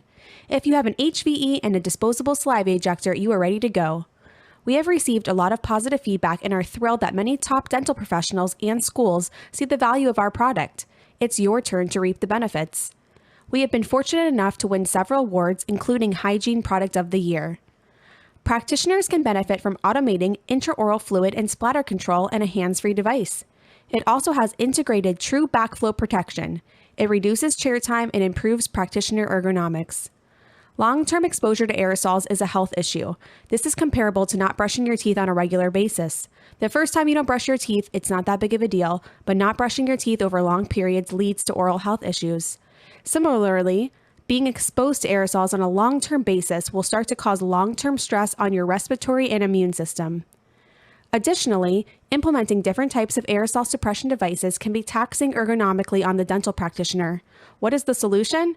Our solution is the Aerosol Assist system, which is an ultra-lightweight, hands-free, autoclavable, extraoral system that removes intraoral fluids and provides high-performance aerosol suppression during procedures. The Aerosol Assist is designed to work in any office, but we have identified some challenges that your operatories might have when first learning how to use the Aerosol Assist. Making sure you understand the following concepts will make the learning process smoother. The saliva ejector. From falling off, being picked up by patients due to it being uncomfortable, or by it just doing its own thing after you find the optimal position, it is long overdue for an upgrade. The Aerosol Assist is designed to upgrade the functionality of a standard disposable saliva ejector so that it can be truly customizable, comfortable, and easy to use. The saliva ejector is one of the most used tools in dentistry, so why not make it as efficient as possible? Can any saliva ejector work with the Aerosol Assist? Yes, but we do have a favorite. We video reviewed multiple other brands of saliva ejectors for your benefit. The video explaining our criteria on saliva ejector rankings can be found on our setup page on our website. You can also download a PDF to see our favorites. We found that the right saliva ejector makes such a great difference that we started using them in our offices, as it made our professional lives a lot easier and the patients enjoyed them as well. The Aerosol Assist is designed to fit a standard HVE connector. If the Aerosol Assist is not snug when you place it on the HVE, the O-ring is probably missing or needs to be replaced. Missing or damaged O-rings are common and cause the Aerosol Assist to not attach. Visually verify that the O-ring inside the HVE is intact to ensure you are ready to install the Aerosol Assist. The Aerosol Assist is designed to allow for easy rotation while remaining fixed on the HVE. We recommend positioning the Aerosol Assist on a dental team member before using it on a patient to make sure positioning is correct and comfortable. When used properly, it should be very comfortable, and most patients will not even realize you are using a new device. When sitting the patient, it is important to have them in a supine position and make sure there is sufficient room to allow the HVE hose to fall in between the headrest and the chair. The HVE hose should be perpendicular to the floor and patient. Sitting them at a 45-degree angle can be done, but you need to make sure there is enough slack in the HVE line to not cause any additional tension in the line. It is not recommended to use the Aerosol Assist above a 45-degree position. The Aerosol Assist is a very simple device comprising of two channels. One is dedicated to removing intraoral fluids. The other is a 35mm aerosol port at the top, dedicated to removing aerosols and splatter during procedures. It is a hands-free device hanging onto the patient's lips via the curved buccal plate. It can also be used in conjunction with a bite block. The Aerosol Assist is designed to complement other infection control techniques and systems and works great with cheek retractors, rubber dams, bite blocks, ultrasonic scalers, high speeds, intraoral cameras, intraoral scanners, and lasers. What you see here is what we call aerosol visualization testing. The same setup is on the left and the right. You have the same lighting, the same scaler at the same setting. And what we're doing is we're benchmarking their success against the standard saliva ejector. Notice on the right as we move the scaler around the perimeter of the patient's mouth, little to no aerosols are accumulated, with the few getting pulled directly into the device. On the left, the patient has more splatter visible, and you can see the change of direction of those aerosols from the scaler as the patient breathes. This is something that is not easily visible to the naked eye with normal lighting. In this splatter visualization testing, we use a non-toxic fluorescent dye. It is run through the scaler, and then we flooded the operatory with black lights in order to more easily visualize where the aerosols are accumulating and to see if we were effectively doing a great job in reducing them. Notice the patient on the left and the accumulation of splatter on the patient's cheek, ear, neck, and hair. You can also see accumulation around the nasal passage, which will indicate inhalation of aerosols. When you compare that to the right, where we have the Aerosol Assist in place, you'll notice there's almost no accumulation of splatter on the patient's face, nor on the practitioner's hands and tools. The practitioner has both hands free to use their mirror as they've been used to, with little to no change in their workflow. The Aerosol Assist is a very versatile tool and can also take care of fumes generated by laser procedures. What you'll see in this video is a fibroma being removed. On the left, you have the Aerosol Assist, and on the right, you have no aerosol suppression implemented, only a saliva ejector. You'll see the drastic difference in the amount of fumes that are generated on the right versus the left. The Aerosol Assist is able to very quickly and effectively suck in these fumes, keeping the practitioner safe. Looking closely at the video, you see some of the plumes jet into the Aerosol Assist. These fumes are very toxic. There is a study in JAMA Dermatology which states that laser plumes have been shown to actually transmit diseases. The research states that strict care must be maintained by the laser practitioner to minimize potential health risks, especially when treating viral-induced lesions or patients with viral diseases. The Aerosol Assist allows the practitioner to use both hands. This allows them to focus on the procedure while automating intraoral fluid removal and aerosol suppression. After each use, the saliva ejector is discarded. The Aerosol Assist is then rinsed internally and externally to flush out any debris. The HVE port has two internal channels that can be cleaned with a standard brush. The aerosol port has access to those same channels and should be cleaned as well. After rinsing, they can be ultrasonically cleaned in an enzymatic bath and then placed in standard sterilization pouches. Load them single file on the autoclave tray and insert the tray in the top slot only. It's important to not place any other instruments or trays on top, as this may warp the device. Do not wipe it down with alcohol cavity wipes, nor dry it in an instrument dryer prior to placing it in the autoclave. The Aerosol Assist demo units do not come with a warranty. However, a full kit comes with a 6-month manufacturer warranty. If the Aerosol Assist cracks or deforms within 6 months of purchasing, please contact the Aerosol Assist team via email with proof of purchase for a replacement. The Aerosol Assist is able to treat patients with limited ability to open, TMJ issues, pharyngeal or gag reflux, and is the go-to choice for prophylaxis, SRPs, anterior restorations, crown cementations, endodontic procedures, procedures that use a rubber dam, implant placement, and second-stage surgeries and extractions. At around 30 cents a use, it is the most affordable option because of its reusability. You will benefit from the Aerosol Assist from the first time you try it. However, we recommend using it multiple times with different procedures to have a better understanding of how it works in different scenarios. It is a tool that can be learned easily, and once you see its benefit, you will want to have it in your armamentarium. The Aerosol Assist is the only system to simultaneously remove aerosols and intraoral fluid removal in one hands-free device.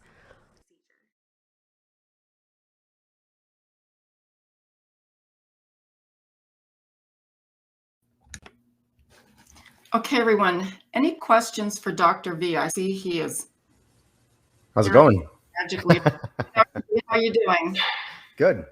Good. We've got some questions here. There's a question about the new aerosol reduction gel. I know a little bit about it. What is your comment?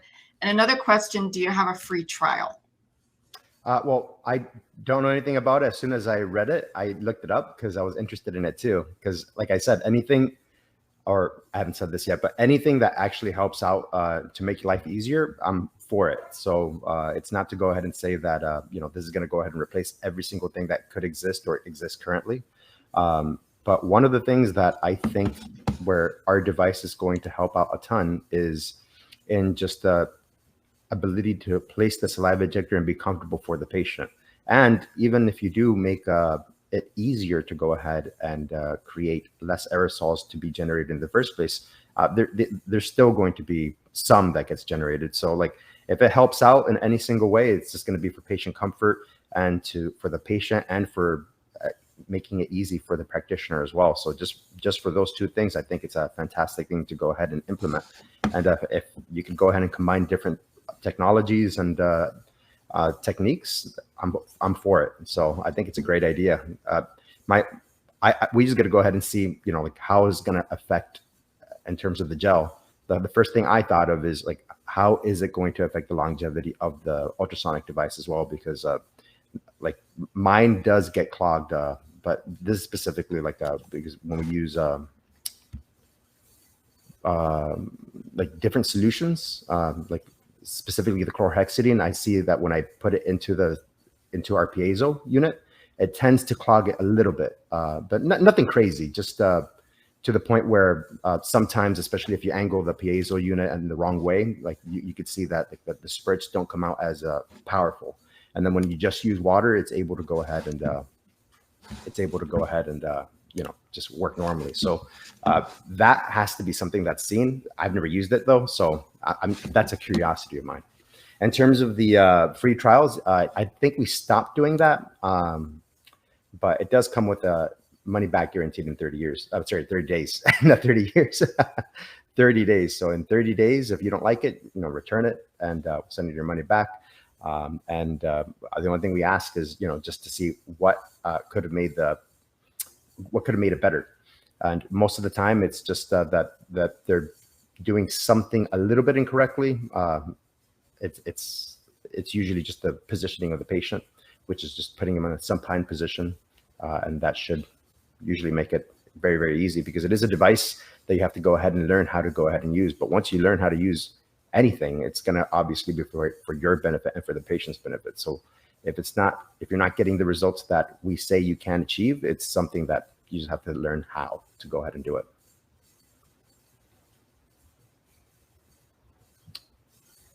Okay. Can you speak to us about how you invented this? I mean, you saw a problem and wanted to implement a solution, but can you talk a little bit about your own experience? Yeah, absolutely. The way I created this was just essentially pure luck.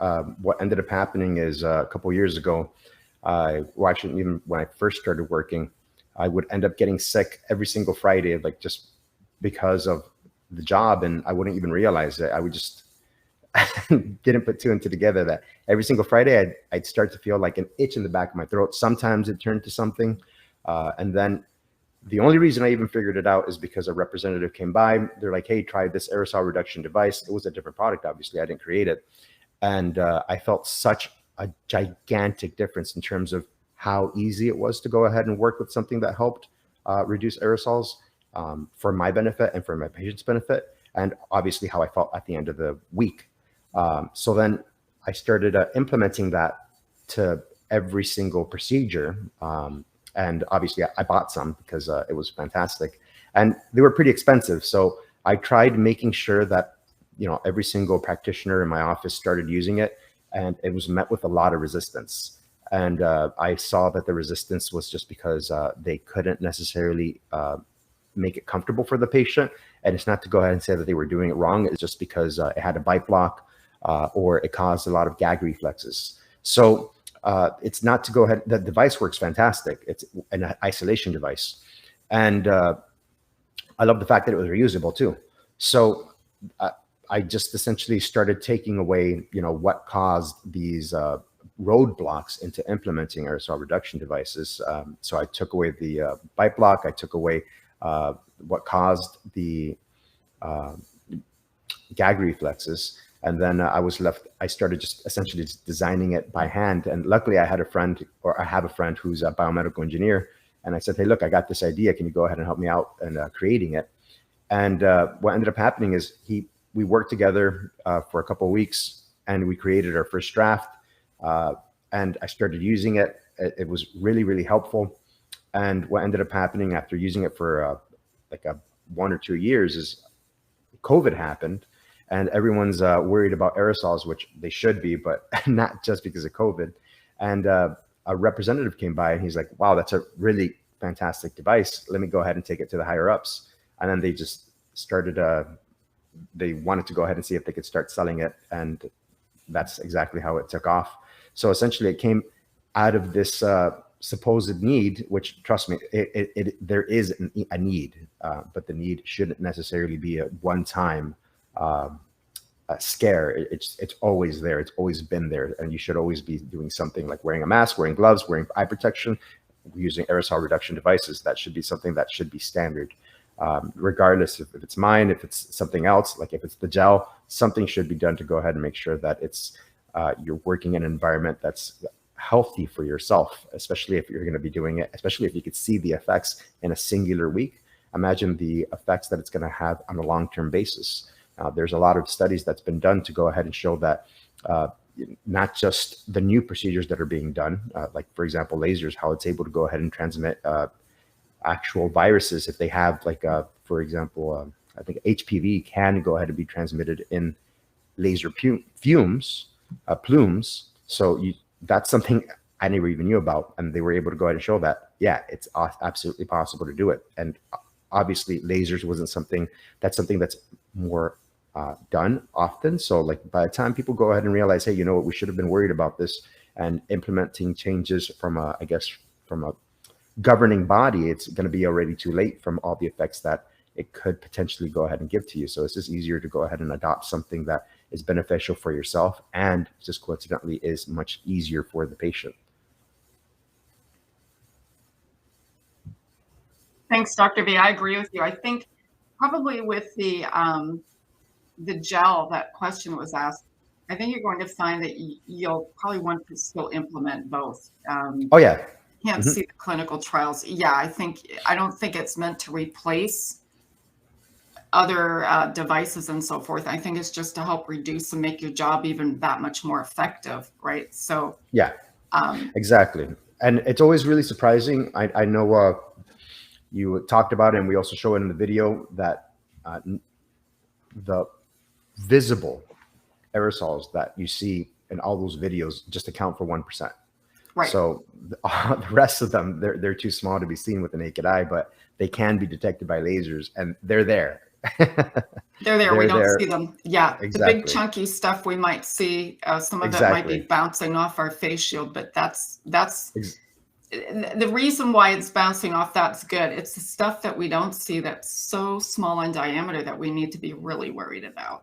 And it's obviously going to go into the bloodstream, and it obviously is going to go ahead and cause I mean, it's not just water, right? You're not working on nothing. You're working on diseased tissue. And what's going to happen is it's going to cause a inflammatory reaction. And that inflammatory reaction, if we know that it's bad for the gums, it's not great for the lungs either. You know, it's the same inflammatory reaction no matter where you do it. So the question is, do I want to go ahead and continue increasing it, or do I want to do something to stop it? Absolutely. Any questions for Dr. V here? Thanks, Dr. V. Oh, no problem. Thank you so much.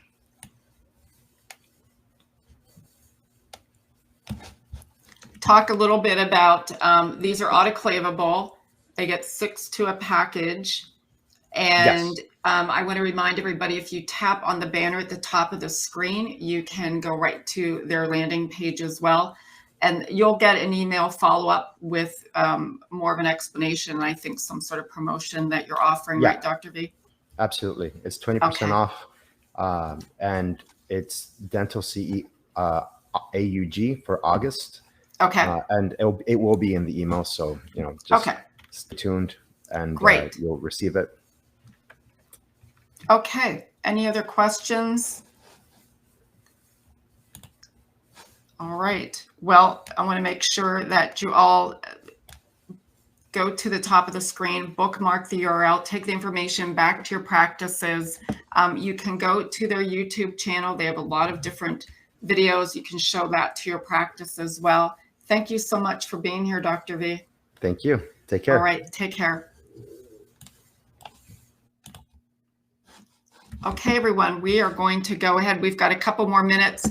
For those of you asking for the code, we are not done. We have another hour and a half here. So please make sure that you stay on to get your credit. The presentation is not over yet.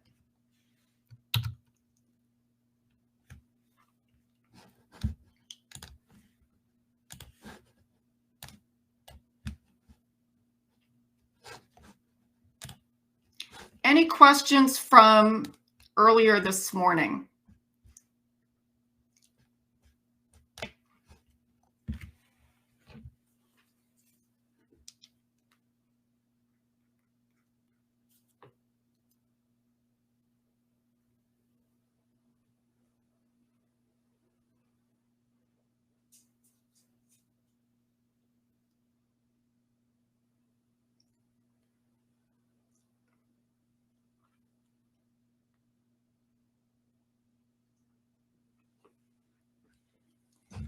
Okay, let's give it just a minute here. We're going to move on to effective hand hygiene. And I will go ahead and put the handout back at the top of the screen for you all.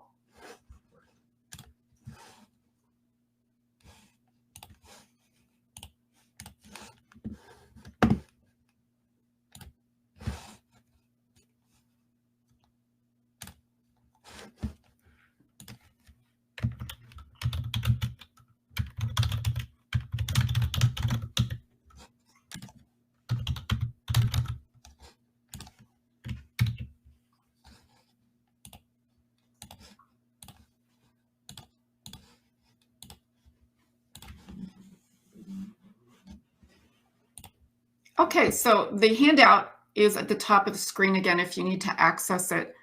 Hopefully we have some people here. I see there are about 40 of you that logged out that apparently didn't get the agenda or the memo, but we will continue on. Thanks for staying on. For those of you watching the recording later, you can always access the handouts below our recording by going to instructions. Number 2 is the handout, and number 3 is the quiz.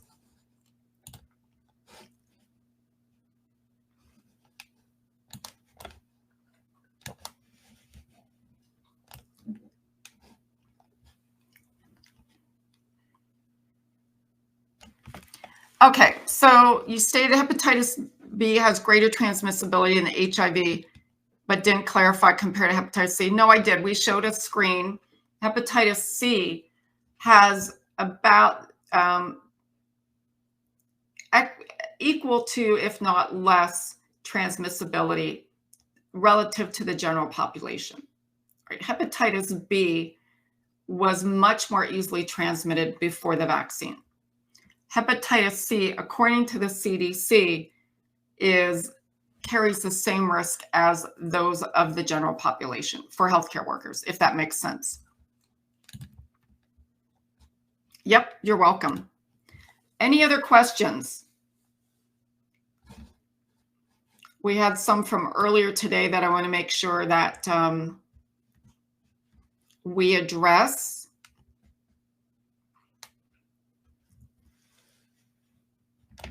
And we're going to be talking about effective hand hygiene here.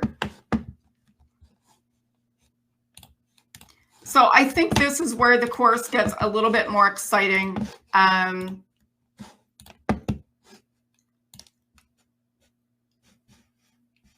going to give you more practical solutions to use in your practices as well.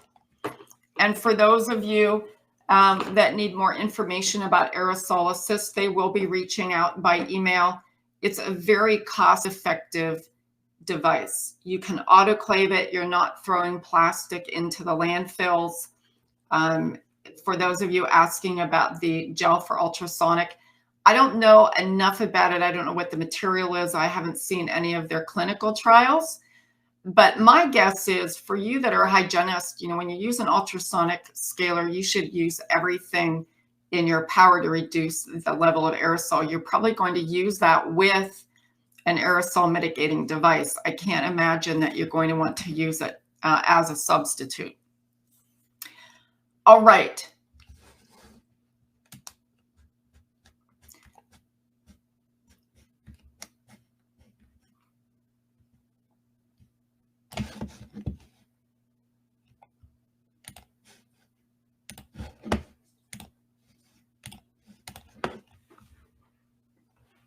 You can switch devices at any time. That's fine.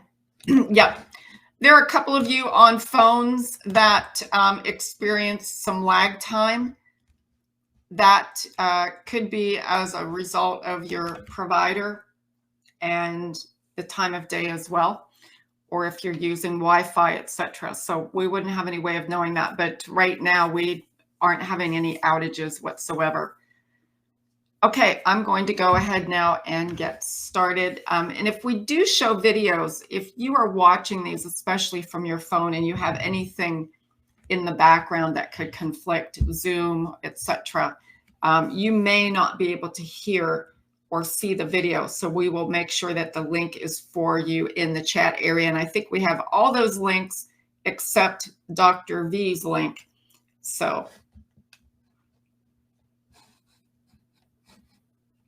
the handouts you just put are the same from the beginning of the class. The handout here is about, gosh, 175 slides, Christina. It is the same handout. You just need to move forward to the next page or the next slide. All right, effective hand hygiene. Why is hand hygiene important? Because hands are the #1 mode of transmission, right? Hands are the transporters of the pathogens in your practice. We have to take hand hygiene very seriously because we know that this is how infection and disease is transmitted, but we can get sort of lax on it, right? We think, okay, we're wearing gloves, or we may not see our dentist washing their hands, so why should I wash their hands? The issue here is that your patients are watching. Your patients want to see you wash their hands. And when they don't see you wash their hands, they have concerns. Maybe they're not in a safe setting. I was in a hospital not too long ago because I passed out in the desert here and fractured my tailbone. There was not one nurse that walked into the exam room that washed their hands. They wanted to flush out the IV line, check my vitals, etc. I had to ask them to wash their hands. They are required to wash their hands, whether it's soap and water or alcohol-based hand sanitizer. They cannot come in, type on their keyboard, slip on gloves, and go over and flush out my IV line. And I'm someone that survived C. difficile. So the last thing I wanted to do was survive it again, right? So if you have to ask your healthcare provider to wash their hands, you are not in a safe situation. And they're trained better, they know better. There's a sign up on every patient room, right? Your patients are watching you. Okay, hands are the most common mode of pathogen transmission. Reduce the spread of antimicrobial resistance. You come into contact with antimicrobial resistant pathogens frequently. That's the nature of your job. It's not to scare you, it's practical information. If you don't believe that you need to wash your hands, you're putting yourself at risk, your patients at risk, and as we'll see momentarily, your family members at home, because these pathogens will travel home with you.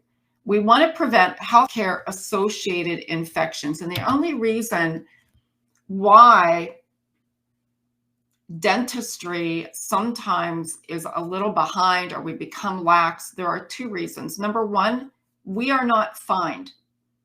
We, by and large, as dental practices and clinics, unless you're associated with FQHC, where you have JACO oversight and so forth, there is nobody coming in routinely to inspect your practice to make sure that you're doing the things that you are supposed to be doing. And that is infection control the way it's supposed to be done, wash your hands, etc. You all are required when you relicense, you're signing an affidavit that states you understand your Dental Practice Act, you understand what the expectations are. You will be the eyes and the ears of the profession. If you're in a situation where you're told you don't need to autoclave your handpieces because there aren't enough, for instance, that's problematic because you're using handpieces that are not sterile on your patients.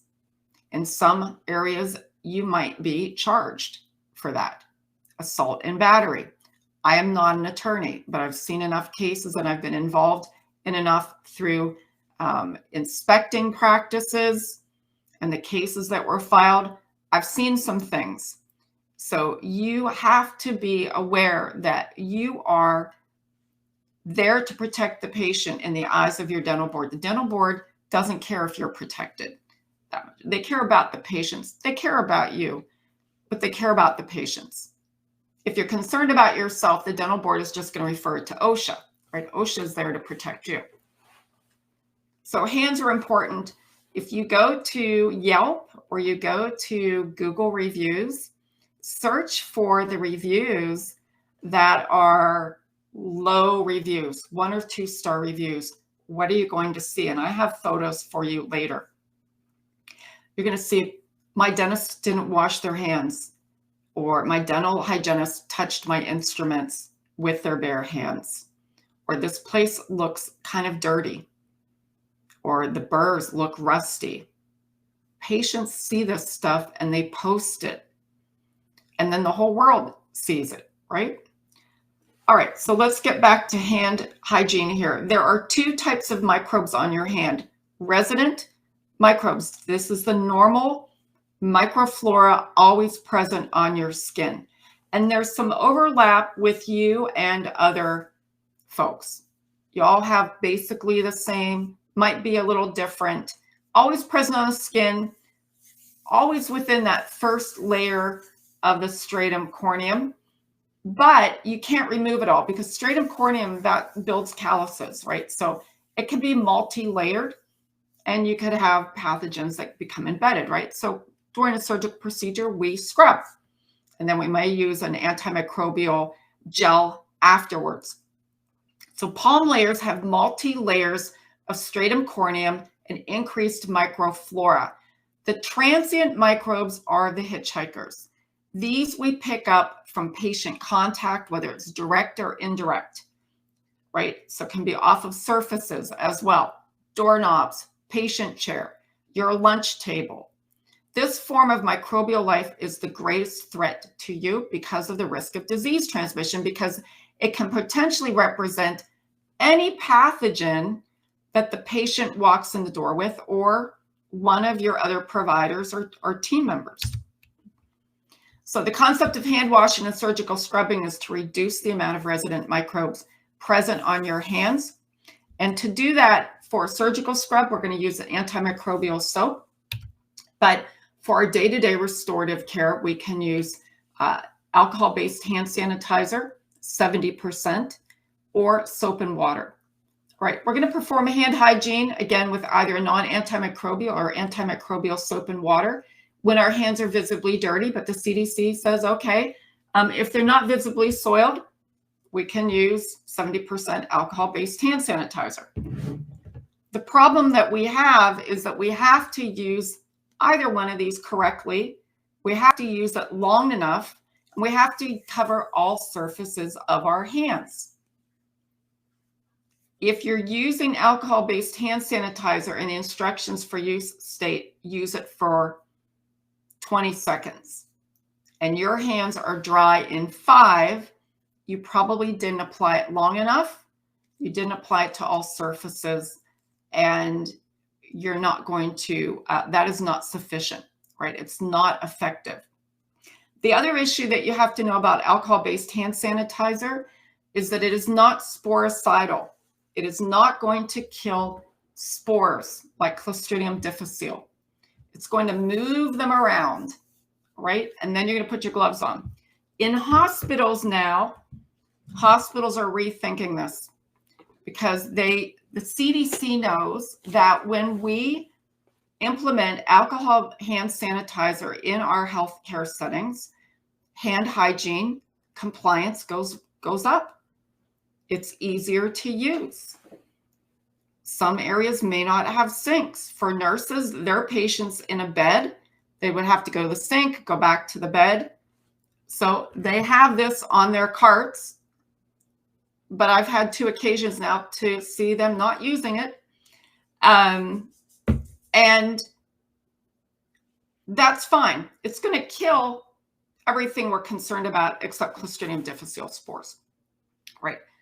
My recommendation is if you're in an area now, there are dental practices that don't even have sinks, then you're forced to use alcohol hand sanitizer. Make sure you're applying enough.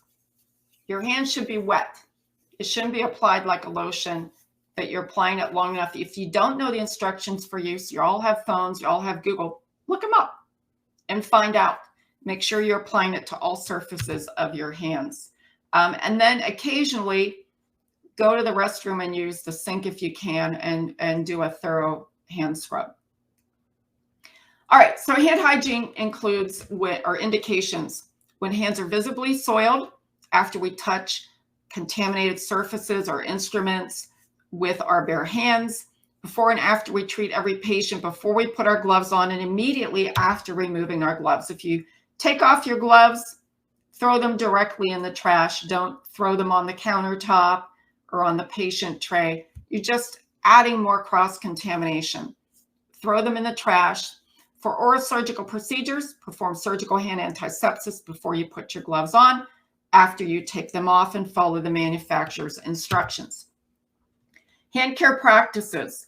This is important to reduce the transmission of disease. Why? Because your hands really take their toll washing them so frequently. And so look for products that are less drying, and we're individuals. So one product may not work for someone else. I've used this one. I can't say that it's better than the rest, but it seems to be better for me. It's a Purell product with calming lavender. I get it for traveling on planes, but it's 70% and it has a little bit of moisturizing component in it, so my hands don't feel dried out. I like to use Eucerin. This is for extremely dry, compromised hands, and it's called Original Healing Cream. And what I do at night is I apply it to my hands at night and wear moisturizing gloves and let it really penetrate while I'm sleeping, just as a preventive practice. Okay, areas that are commonly missed during hand washing. We're going to look at the following slide. Understand that your dominant hand does not get enough attention as the non-dominant hand. So there are probably areas that you're going to miss, that you're not going to sufficiently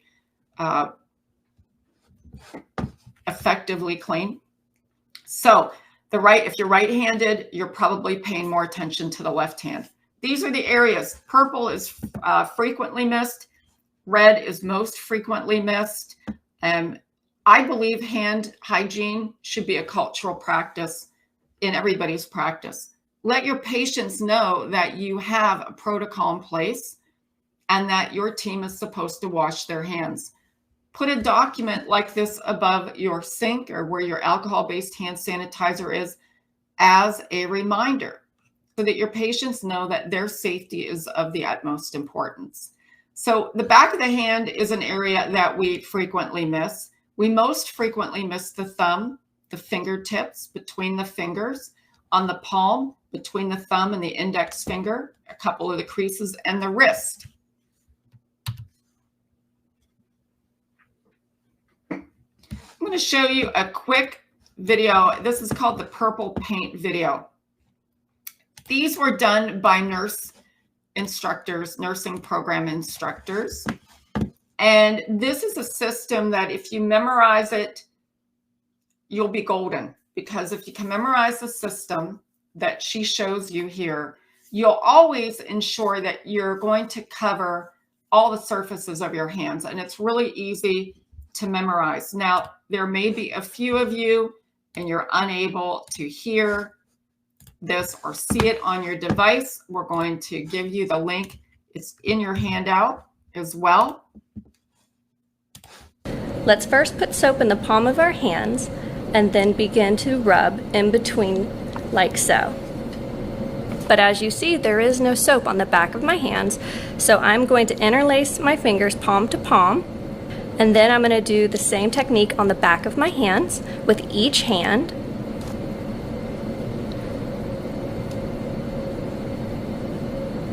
And then you're going to take the back of your fingers to opposing palms with fingers interlocked.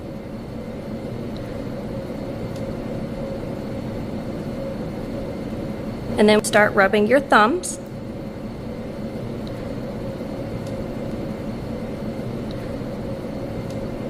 And then you're going to take your fingertips, clasp the fingertips in the right hand in the left palm, and vice versa. Rub your wrist one last time to make sure your hands have been completely covered in soap. Thanks for watching.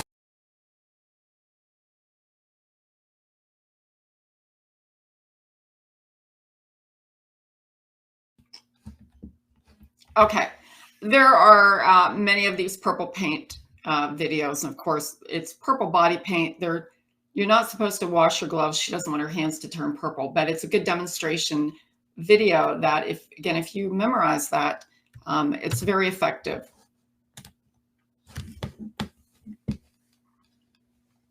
Okay, so there's a good question here, and I want to bring this up. They're all good questions, but relative to the hands. The question is, we used to have a hand and nail brush for all staff to use. I was never sure if it was safe for us to share it and how to properly disinfect it. We removed the brush. I'd like to implement it again. So you don't want to implement the brush. The brush is not a good idea. If you're going to use a brush, it should be disposable. To clean under your nails, what I recommend that you do is buy boxes of round polished toothpicks.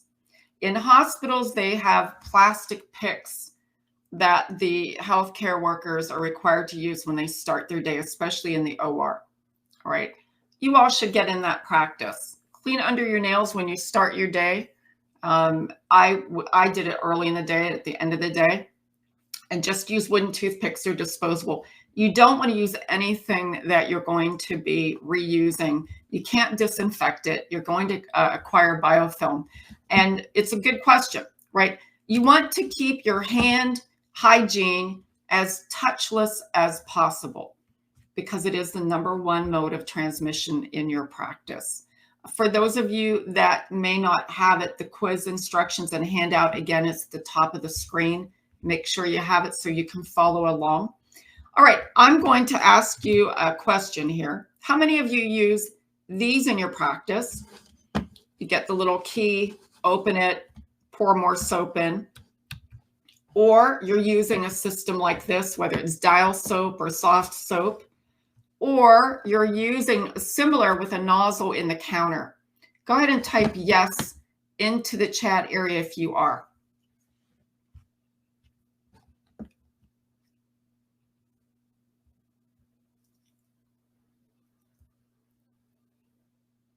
So whether you're using the plastic that you purchase at the store, or a metal one, or the countertop one, it's all the same. Go ahead and type yes. Okay. There is a risk to using these systems. And here is that risk. We're going to show you here momentarily. When we use systems that have a nozzle like this, and sometime if you're anywhere where you see a system like that, look in that little dial. It'll be green or black. There's sludge in there. Or you're using a system like this where there's a nozzle. You cannot barrier protect these. You can't wash these out. What happens is that you get biofilm growing in here, just like you get biofilm in your water lines. It's a different type of biofilm here. A lot of this is fecal pathogens, norovirus, Clostridium difficile, but also skin. So MRSA infections that can cause eye infection as well. If you're using the countertop device, it's the same, right? You have a nozzle on the counter, you're pulling that out and you're pouring the soap in. Those are systems that are not safe to use. And we're going to look at a quick video here. This is Dr. Gerba. He is a professor here at the University of Arizona School of Medicine, and he's going to talk about this, followed by a second video. And you're going to see that video here. All right, so you have access to the link if you can't hear it on your device. And what he's going to tell you here is the risk of using these and how biofilm occurs, and why in healthcare settings we need to be using a system where we're not applying more germs to our hands. You're most likely to come in contact with fecal bacteria with a refillable soap dispenser than anywhere in a public restroom, because you really can't tell contamination's occurring. You can't see the bacteria growing in there, so you never really know if there's bacteria or not. That's why using a sealed soap dispenser is the way to go. Well, it's been found that really cleaning regular refillable soap dispensers doesn't really get at the bacterial problem, because biofilms develop inside these soap dispensers. And even if you clean them and disinfect them, it comes back right away, the bacteria. As soon as you put additional soap in these dispensers, the bacteria start growing right away. Well, I think there's definitely a risk to people getting ill from refillable soap dispensers, because you find bacteria in there that can cause eye, skin infections, and wound infections. So I think the probability is there. And of course, it's been demonstrated in healthcare facilities. So we know the potential is really strong for this to occur. You know, people are going in there to remove things from their hands, and they're putting them on. They're trying to take off fecal bacteria by washing their hands, and they're actually putting them on. So in a way, it's an oxymoron. You're doing the reverse of why you're washing your hands. Well, I really think bulk soap dispensers should be regulated. And in fact, I don't even think they should be used. I think we really should go to sanitary seal soap dispensers that you can't refill all the time, because that would eliminate the problem of the growth of the bacteria in these dispensers. But I think it's really the responsibility of facility management is to put the proper type of soap in these facilities so people don't increase their exposure to large numbers of bacteria. The greatest exposure to fecal bacteria for many people may be washing their hands.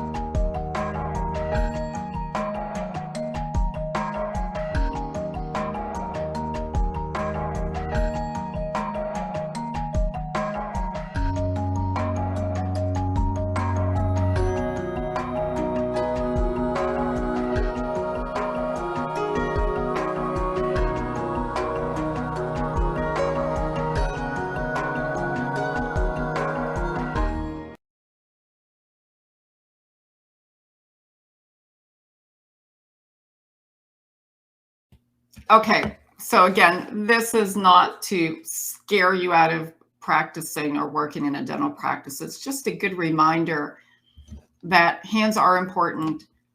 You want to use a system that's as touchless as possible. And we're not endorsing Gojo. There are different systems available to you. 1 in 4 refillable bulk soap dispensers is contaminated. When you use the soft soap or dial soap, those containers will quickly become contaminated with biofilm, whether or not you're throwing them out when they're empty or you're refilling them. And you can't wash that away. It's just going to come back. Hands can have up to 25 times more germs after washing with contaminated soap. You can go into now airports, hotels, and so forth, and they've changed to sensor-controlled dispensers, similar to this. These are actually very cost-effective because they'll dispense what you need. You can get an antimicrobial soap or not. This is just a generic photo. There are different systems out there, all to say that your hands will never touch the nozzle. So you're not going to create that biofilm, and these are packets that are removed. This is a good photo because the faucet has a great delivery method with the foot. The pedals are rheostat, right? But they're using this Bed Bath & Beyond metal soap container. And that's problematic because that soap is going to contain biofilm. And you might say, well, why, if it's soap, how would there be germs in it? Some soap actually can be a substrate for the pathogens. There's cellulose, etc., that's been added. All right, so remember to wash your hands when they're visibly dirty after we touch any contaminated objects with our bare hands before and after patient treatment. Gloves complicate the situation because underneath the dark, damp confines of those gloves is an environment where the microbes can quickly replicate. And when you take your gloves off and you reach for your phone or you go to a keyboard, you are creating cross-contamination. You cannot reuse your gloves. I don't recommend it. I've worked in public health, sticks and stones dentistry, where PPE was short. The problem is that you're putting on contaminated gloves. It doesn't make sense. The inside of those gloves are contaminated. So again, use hand lotions to prevent skin dryness associated with hand washing. Consider your products that you use, compatibility with your gloves. Keep your fingernails short and smooth and filed. Artificial fingernails, extensions do not work in a dental environment. You cannot have your gloves fit you as well. You create a situation where micro tears can occur, and you put yourself at risk for infection because pathogens can get in between those acrylic nails or extensions, etc., even the gel nails, and create a bacterial infection or a fungal infection. Now, you can have painted nails as long as it's not chipped paint on them, right? And many of the hospitals allow, as well as dental practices, that's fine, as long as the nail polish is not chipped. Hand or nail jewelry, not advised. If you are concerned about your wedding band or engagement band, etc., the problem here is that they will be heavily contaminated. You cannot clean that away between patients. So my advice, and you run the risk of tearing your gloves. My advice is to get yourself a chain with a catch and make sure you loop it through your ring, wear it around your neck like they do in other medical settings, and don't try to scrub and disinfect your ring between patients here. Any comments or questions? All right, I need to take a quick roll call. Please go ahead and type yes into the chat area, or if you see the hand, raise your hand for me.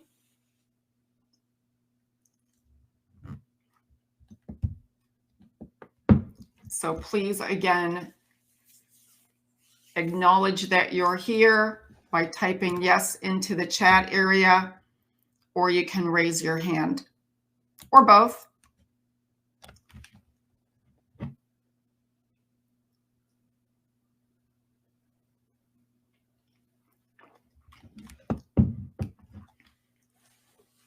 All right. We're not going to share that over to the chat side. If you entered it, we've got you.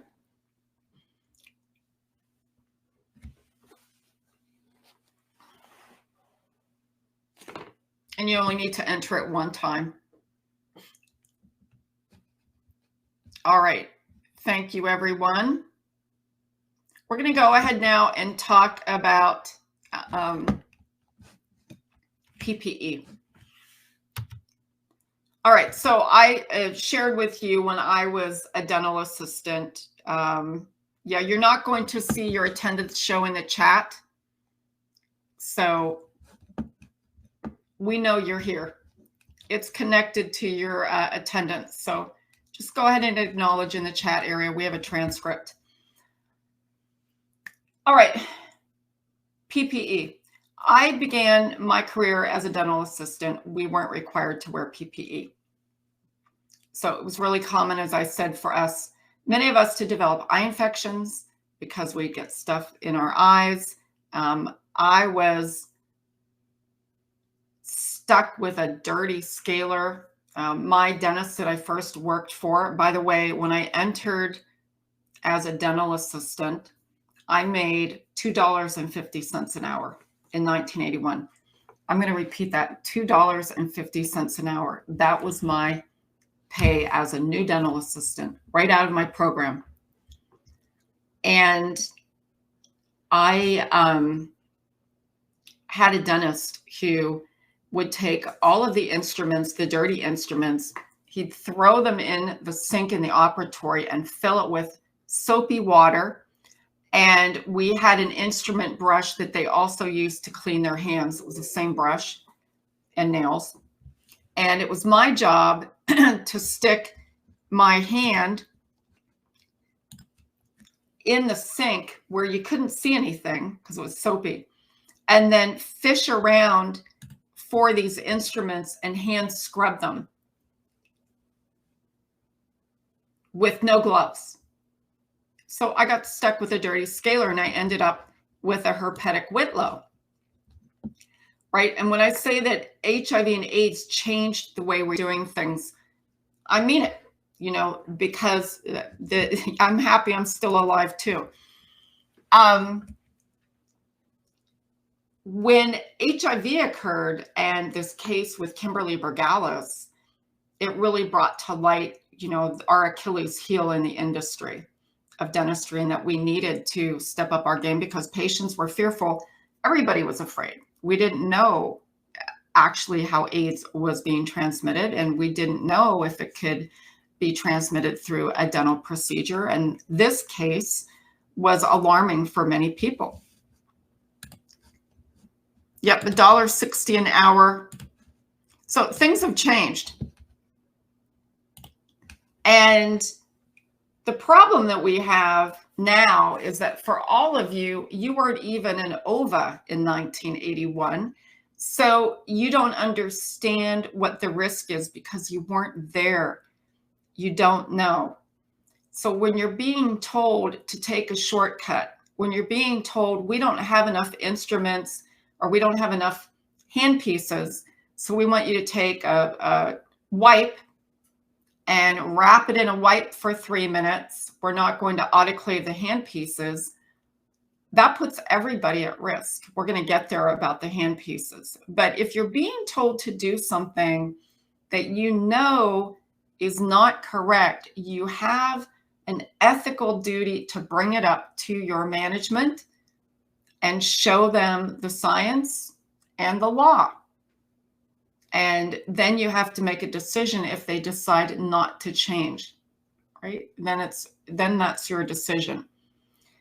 Just leaving the practice doesn't save you, all right? It does not save you, because if there were allegations filed by that state's attorney general, they're going to look back and see who worked in that practice at the time, and you're all susceptible to getting an allegation filed against you. All right, your mask. You all are the experts at masks now. Many of you are wearing N95 still. If you are, you definitely want to be covering with a medical grade mask, you know, between your patients. Face shields, you can wash those. They were originally manufactured to be disposable. That plastic's expensive. You can wash and disinfect that.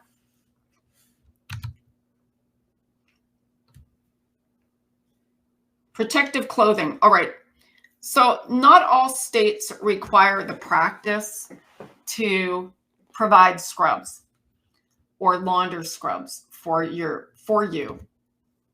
My recommendation is that if you are one of those practices that you're required to wear your own scrubs in, I would change scrubs when I get to work and then back into my street clothing before I go home. And I would recommend that you wash your uniforms or your scrubs using a product like Lysol laundry sanitizer. It's for colored clothing, but you should test something first.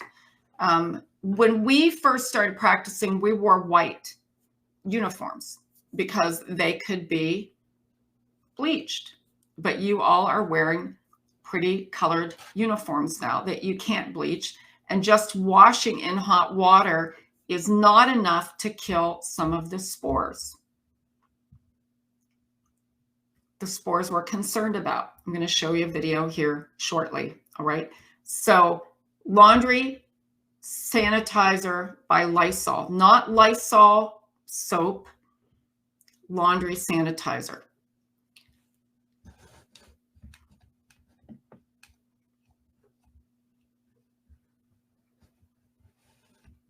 Since 1980. Yes. So I entered it in 1981. And we were autoclaving our gloves, our surgical gloves, in a Harvey Chemclave, Dr. Gordon. Yeah. Protective clothing. Okay, so forearms should be covered chairside. Disposable gowns or laundered gowns. Your forearms, you're not washing them up to the bicep between patients. You have hair on your arms. You're going to collect aerosol and pathogens there. I know many of you chairside are there in your scrubs. You should have a disposable gown. Change protective clothing if visibly soiled or as soon as possible. And the CDC recommends at least changing your gowns once a day. Remove all of your barrier protection before you leave the operatory or your instrument processing area or labs.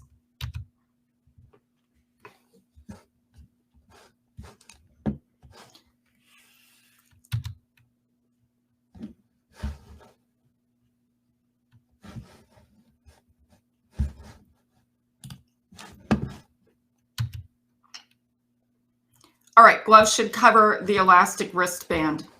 Okay, so this is what is optimal chairside. If you could see that forearm, and we just saw some video on aerosol, your arms are going to get covered with spatter, and this is how you should look. It's not beautiful, but it's a good idea. Now, at the end of the day, I would recommend that you change into your street clothes. Keep a plastic bag if you're required to launder your own scrubs, and keep your scrubs, contaminated scrubs, away from your household laundry. Shoe coverings, hair coverings, I recommend. Shoes, if you are wearing your own shoes, and you should be changing them when you get to work. Keep work shoes at work and keep home shoes for home. You can share them, or change them when you get into your car. Keep a bag for your shoes. You'll be hearing why in a moment.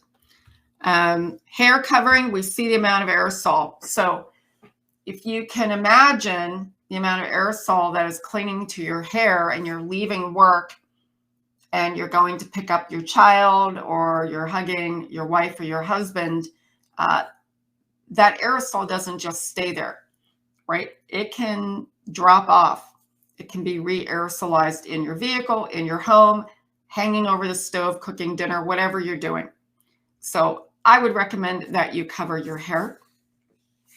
All right, we spoke about recommendations for gloving here. We always are going to change to a new pair of medical gloves for each patient and use appropriate utility gloves for cleaning instruments and performing housekeeping tasks. And those are largely nitrile now. They're chemical resistant, puncture resistant. They can be autoclaved. Sterile surgeons' gloves and double gloving during oral surgical procedures. This is the CDC recommendation.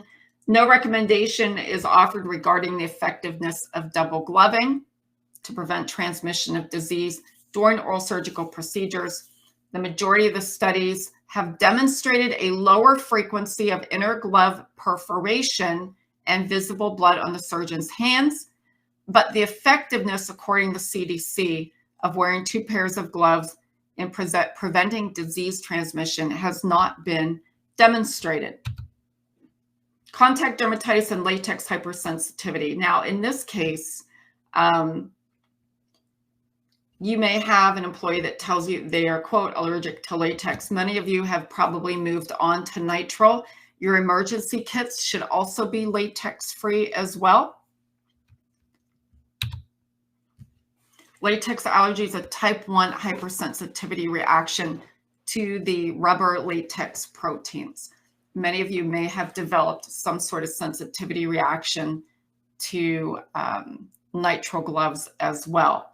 This can be a respiratory irritation, but also I've had 2 cases during my 30-some-year career of patients that had actual anaphylactic reactions to latex. They knew it. So at that time, I was associated with a dentist who was a hospital dentist, and we saw sort of these, medically compromised patients. And in that case, we had to have the ambulatory care center mitigated for latex and so forth. But I think now, for most part, you all have moved on and you're using nitrile. I like latex. It's flexible, more flexible than nitrile, but I don't use it anymore. Okay, I'm going to start this presentation, part of the presentation, by showing you a video. This was a dentist back in the 90s, I think. We'll look, maybe the 2000s, who decided that standard precautions were not necessary. And this was an oral surgeon who cherry-picked certain patients that identified themselves as being HIV positive or hepatitis B or C positive, and they were soaking instruments in bleach. And I can tell you that this particular practice, your patients don't know what you're doing behind the scenes, right? Employees know. But in this case, this dentist also had allegations around Medicaid fraud. And I want you to understand that when there are infection control surprise inspections, it sometimes can be unrelated to infection control. It is sometimes involved in inspecting a practice that may have other ongoing investigations behind the scene, like Medicaid fraud, where the Office of the Inspector General has been investigating the practice for maybe a couple of years via the FBI. And the FBI can plant someone in your practice as an employee and you wouldn't know it. And I'm not making this up. I've been involved in a couple of these cases, all right? So in this practice, not only was it an infection control issue, but there was Medicaid fraud going on as well. So infection control, if there's any concern about billing practices or whatever, and the practice or clinic has been under investigation for some time, they, meaning the investigating bodies, may use infection control, surprise inspection, just to get their foot in the door. All right, let me show you this video. I'm going to have it in the chat area for you as well. So I'm not a fan of the name of this It was called The Dirty Dentist, but this was a Tulsa, Oklahoma dentist. You may have heard about this case, but it is a reason for us to remember that we can't not just decide to cherry pick our patients and say, those patients look sicker than these, so we're going to use bleach on these instruments. Health officials are saying that a Tulsa dentist may have exposed thousands of patients to life-threatening diseases ranging from HIV to hepatitis. ABC's chief health and medical editor, Dr. Richard Besser, is here with this disturbing story this morning. It is disturbing. You know, I've spent my career in public health, and it's not hard to prevent infections in dental offices. But what they found here was absolutely shocking. Dr. W. Scott Harrington has been a trusted oral surgeon for 36 years. But now authorities believe he may have exposed thousands of patients to potentially deadly infections by allegedly using rusty instruments which weren't cleaned properly. Letters are being sent to 7,000 Oklahoma patients recommending they immediately be tested for hepatitis B, hepatitis C, and HIV after one of his patients with no known risk factors tested positive for hepatitis C. In addition to allegations that he cleaned his instruments by improperly bleaching them, which caused them to become porous over time, he's also accused of reusing needles and vials. The instruments that came out of the autoclave were horrible. I wouldn't let my nephews play with them out in the dirt. I mean, they were horrible. They had rust on them. He even reportedly had medications 20 years past their expiration date and allowed unlicensed assistants to give IV medications. We reached out to Dr. Harrington, but he did not return calls. So 7,000 patients have gotten these letters to get tested for HIV, hepatitis C, hepatitis A. I mean, what are the chances more patients are going to test positive, given those conditions? Yeah, I mean, there are a couple of disturbing factors here. You know, many patients in his practice have HIV and hepatitis C and hepatitis B. He was treating a higher risk population. He was, and he had instruments set aside for those patients and other instruments for patients where he didn't know that whether they were infected or not. That's very dangerous. All instruments should be treated the same. You know, last summer there were 8,000 patients from Colorado who were notified, and thankfully there, none of them were infected. Here, there's a much higher chance someone could get sick. But I would have thought soaking instruments in bleach would have killed anything. We keep hearing bleach is the only thing that kills everything. Well, for a lot of things, bleach is the way to go. But these instruments have to go into something called an autoclave, which uses pressure and heat. Mm-hmm. If you use bleach on them first, it disturbs the outside of the instrument so that the autoclave no longer works. And they become porous and things can get inside. They can seep in, and then the heat and the pressure don't kill those germs. So what are you supposed to look for, Rich? I mean, I go to a dentist office, and usually I've got so much stuff in my mouth I can't see what's going on. A couple clues to look for. The first thing, if you ever see rusty or old instruments, that's a warning sign. The other is if your dentist isn't wearing gloves or isn't changing gloves between patients, find another dentist. So he should do that in front of me? Yeah, definitely. You should see that they're putting on fresh gloves. Okay, definitely. and pay attention to those instruments. That's All right, right. Rich, thanks so much. Disturbing news. We'll keep on.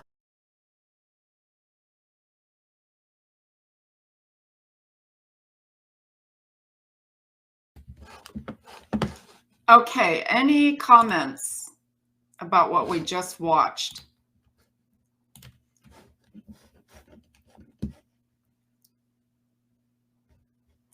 We were not allowed to double glove in school. And if you've ever double gloved, it's not comfortable. You can't feel your hands.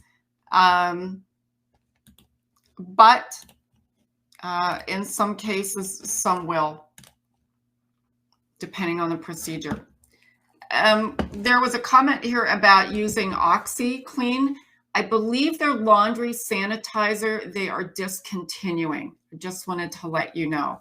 Anything in the bleach category is going to help you. It may not be 100%, but again, hot water and using something in the bleach category to kill the spores.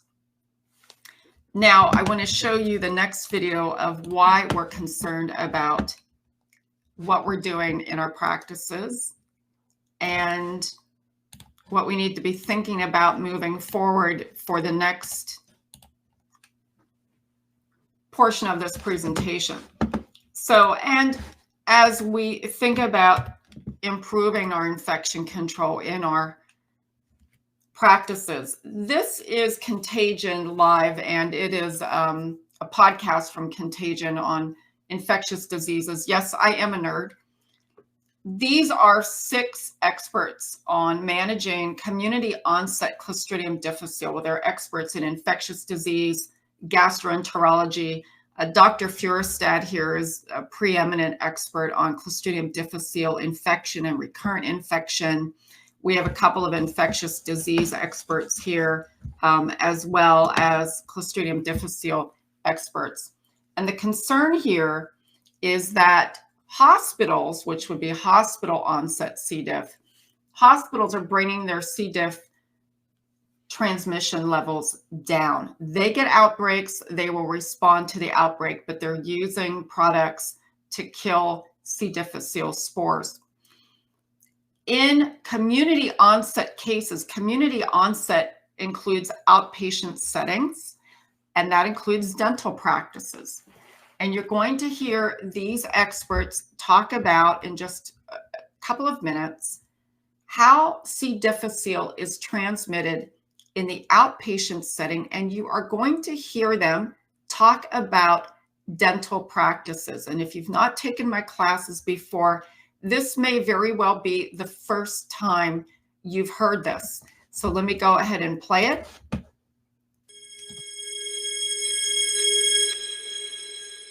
So let's talk about community C. diff, if we could, for a moment. What are the risk factors in the community, and how do they differ in the community versus the hospital-based population here? Dale, you want to start us on that? Yeah, that's a real good question, because there's 2 factors that we need to have in order to get C. diff. One is antibiotic use, and the other is exposure to the spores. So the spores are ubiquitous. They're out in the environment. They even contaminate at a very low level some foods, meats, root vegetables, lettuce, and those are probably how patients in the community get exposed. They, on the other hand, when the CDC has looked at community-associated C. diff, they found that about 80% of these patients have had an exposure to healthcare as an outpatient. So it's doctor's office, dental office, and chronic dialysis units, ambulatory surgery. And this is where you have 2 risks. One is that somebody's going to give you an antibiotic, and those are called doctors.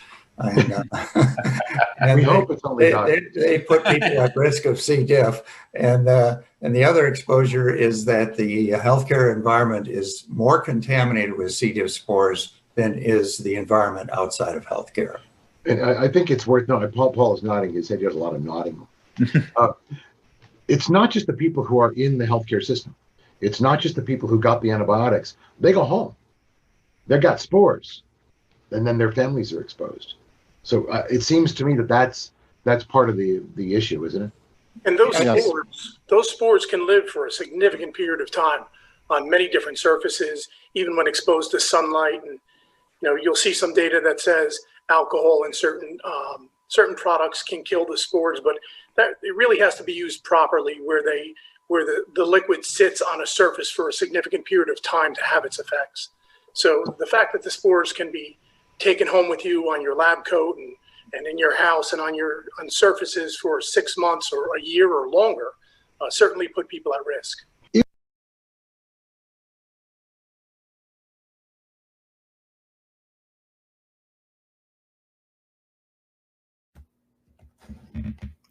Okay, so moving forward, we're going to talk about sterilization and disinfection, but I want you to keep in mind that the majority of you that are using wipes in your practice are not killing C. difficile spores.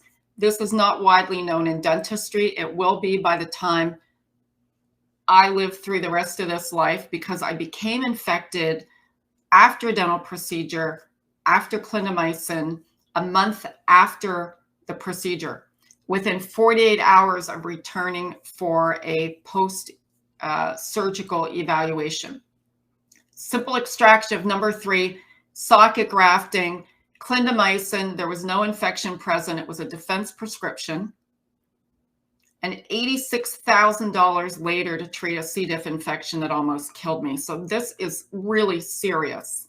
And we have patients that are developing C. difficile after dental procedures.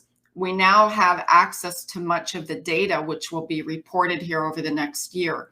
If you are still prescribing clindamycin and you're asking now, what do I need to use? Tap on the banner at the top of the screen and attend Dr. Palmier's course, or we'll have it available on demand. At the very least, check the ADA's guidelines, because there's a decision tree. It's not one size fits all. Okay, my patient is allergic to penicillin, then I'm going to use azithromycin, and there's a question about that. The patient has to be properly consented. Stacy, are you a hygienist or a dentist? If you don't mind me asking.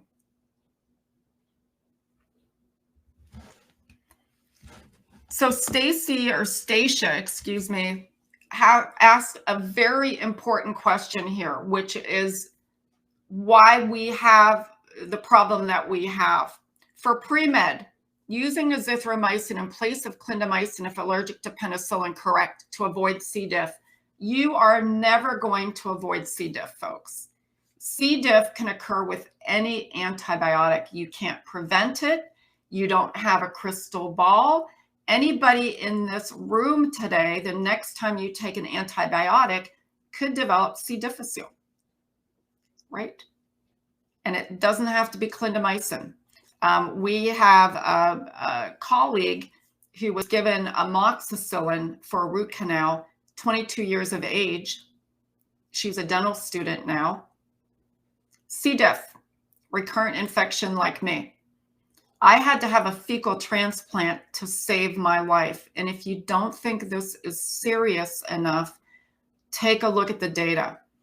But we in dentistry, I think, can do a lot to improve our prescribing practices. And the thing that Dr. Palmier really skillfully addresses is the communication with the providers, the specialists, the orthopedists, the cardiologists, and the patient, because we can get stuck in the middle. That hip replacement patient's told they're going to need to take clindamycin for the rest of their life. And then you're telling them that no longer is the guideline. The prophylaxis guidelines have changed, and we no longer prescribe clindamycin. That patient's going to be ticked off at you. They're going to be confused. They want the antibiotic. What do you do? And that's the source of a lot of confusion. And I'm here to tell you today that the course with Dr. Palmier is going to save lives. He and I will save lives with this course. So take a look at it. Other questions here. Again, you're not going to avoid. So Stacia is a hygienist. So Stacia, what I want to say, and I hope I'm pronouncing your name. Here's what I'm concerned about. I'm going to give you the scenario, and we're going to get back to infection control. If you're a hygienist or you're working in the front office and you've been told now that you should call the specialist for, quote, pre-med and, quote, double quote, medical clearance. How many of you can relate to this? You're being asked to call. You've got a patient. They're now saying they need pre-medication. You're trying to keep your hygiene schedule filled. And then the specialist said, oh yeah, we want them to have clindamycin. And now you are going to the cabinet and you are going to dispense that clindamycin to that patient from a bulk container. Do you realize what your liability is there, folks? Do you have any idea? You hygienists should refuse to do that. It's out of your scope. And if you killed somebody, what would you do? You should not be dispensing medication to a patient from another provider's recommendation or whatever. If you have an orthopedist that wants and insists that patient to have that antibiotic, and you know it's outside the guidelines, so when I'm talking now, I'm talking to the dentist, have the specialist write the prescription, have their name on the bottle, but don't dispense antibiotics like that from bulk containers routinely using your hygienist or your front office staff. That is a huge liability. And there are cases right now that would curl your hair if you knew about it. So that is not fear mongering. That is the world we live in dentistry. but I'm letting your hygienists know, don't do it. Is there more risk of getting C. diff with taking clindamycin and amoxicillin? It's not about more risk. It's that clindamycin has led to more cases, but it depends on the patient. Oh, it was Stacy, wasn't me. Okay, thank you. My sister got C. diff. It's no joke. She had to be on vancomycin for 9 months, and now she ended up with colitis and will have lifelong care from a GI doctor. I will have lifelong care, folks. I am under lifelong care for this. I failed 4 rounds of antibiotics. I almost died. I lost 35 pounds. I weighed 92 pounds from a simple extraction of number 3 and an antibiotic that I did not need. And at the time, I even asked why I needed to take clindamycin. I'm penallergic. And the answer was because we have to treat the mouth. It's dirty. Now, that is no longer the case. That science has been debunked. We prescribe defensively in dentistry, and we put a lot of patients at risk. All right, question here.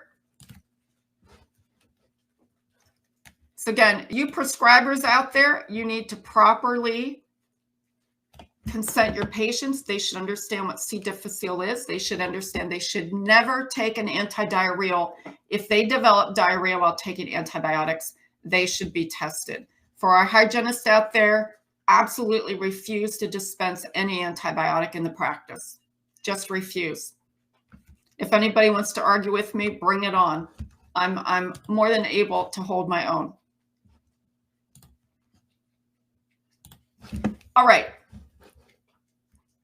Sterilization and disinfection. So we just saw 2 very important videos today. When we talk about instruments, we talk about critical, semi-critical, and non-critical items here. Critical items, high risk for infection.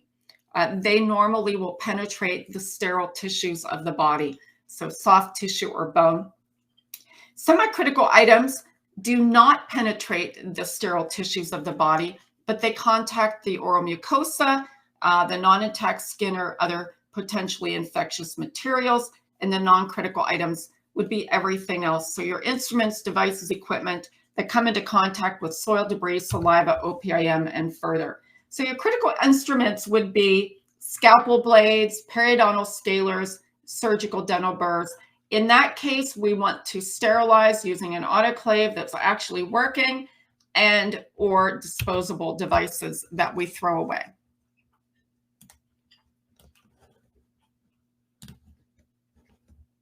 The passcode is not available yet because we aren't done with the program. Program will be done in 32 minutes. Semi-critical instruments contact the mucosa, right? What are we talking about here? Dental mouth mirrors, amalgam condensers, if you're still placing amalgam, and dental handpieces.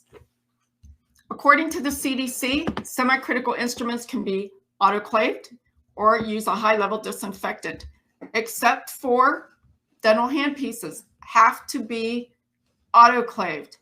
Unless you have a particular electric handpiece, or you may have a cordless handpiece, check with the instructions for use. In fact, if you don't know what the instructions for use are, look them up on Google. If you're in a practice right now and you've been told to perform infection control and you have no idea where the instructions for use are on your devices or any of the materials you're using, look them up and make yourself a manual. They should have the manual, but not all practices do. But you need to be familiar with what you're using, right? Your handpieces create a vortex. They will suck back in saliva, blood, and debris into the internal workings of that handpiece, creating biofilm. And if you're only wrapping a Cava wipe around that handpiece or wiping it off and not autoclaving it, that biofilm is going to contaminate the patient, right? It's also going to create worse aerosol. Anything hooked up to your air-water units creates aerosol, right? And this is compounded if you are not testing and treating your water lines, because anything hooked up to those water lines will spray out aerosol that is more contaminated than it needs to be, right? So your hand pieces have to be autoclaved, and that includes your Profi hand pieces. If you're told just to put a cone on and a barrier wrap, that is incorrect. The motors should be autoclaved. Look at your instructions for use. Okay, non-critical instruments and devices, X-ray heads, face bows, pulse oximeter, blood pressure cuff. You can barrier protect those. You can also use a disinfectant that's appropriate that we'll talk about. OPIM, when you hear the CDC talk about OPIM, other potentially infectious material. Again, we originally started off with bloodborne pathogens. They added saliva, etc. Is it good to brush an instrument with a metal or plastic brush? It's good to brush an instrument if you need to with a long-handled brush wearing nitrile utility protective gloves. If you don't need to brush the instrument, use an ultrasonic scaler and don't subject yourself to potentially injuring yourself. All right, sterilization and disinfection of patient care items. Any questions about autoclaving your hand pieces? So follow your manufacturer's use instructions for use. They may recommend using a special internal cleaner for that handpiece, as well as autoclaving. You will need to find out what that is. If you're being asked to not autoclave your handpieces, you could find yourself in trouble if that practice ever was investigated. It doesn't matter if you leave and go someplace else. All right, I'm now getting questions from the same person on the passcode. The passcode is not available yet. It will be available here in 30 minutes, all right? Okay, so sterilization and disinfection of patient care items. We use FDA-cleared medical devices in the US. That means you can't buy your autoclave off of Alibaba. It has to be an FDA-cleared device. I saw a great comment here. Somebody used a toaster oven. I remember those. I don't know if yours was an actual toaster oven, but I remember those sort of devices here. Clean and heat sterilize critical items, as we said. Clean and heat sterilize semi-critical items before use. Your packages should be allowed to dry thoroughly in the autoclave. Reprocess heat-sensitive items and semi-critical items. If you have a torn bag, torn package, you start over. So all instruments should go through an ultrasonic scaler first or a cleaner disinfector to remove all debris. Inspect those instruments, make sure the debris is removed, make sure those instruments are dry first, and then they're going to be packaged for autoclave, whatever system you use. You can use single-use disposables if you're using them once and you're going to throw them away. Now, here's one of the pictures from Yelp. This patient took 38 photos and posted it on Yelp. Notice what they say here. The tool bits for my root canal does not seem up to date or sanitary. Tetanus, anyone? Tetanus is the least of the concerns there. Wait do you see the next slide? But we've got, you know, a rusty peeling burr block there. This was a root canal. What's wrong with this picture? Anybody have any thoughts?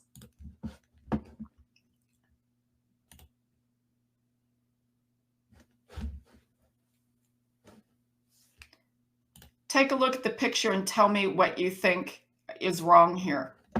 There's a lot wrong, but just give me your opinion.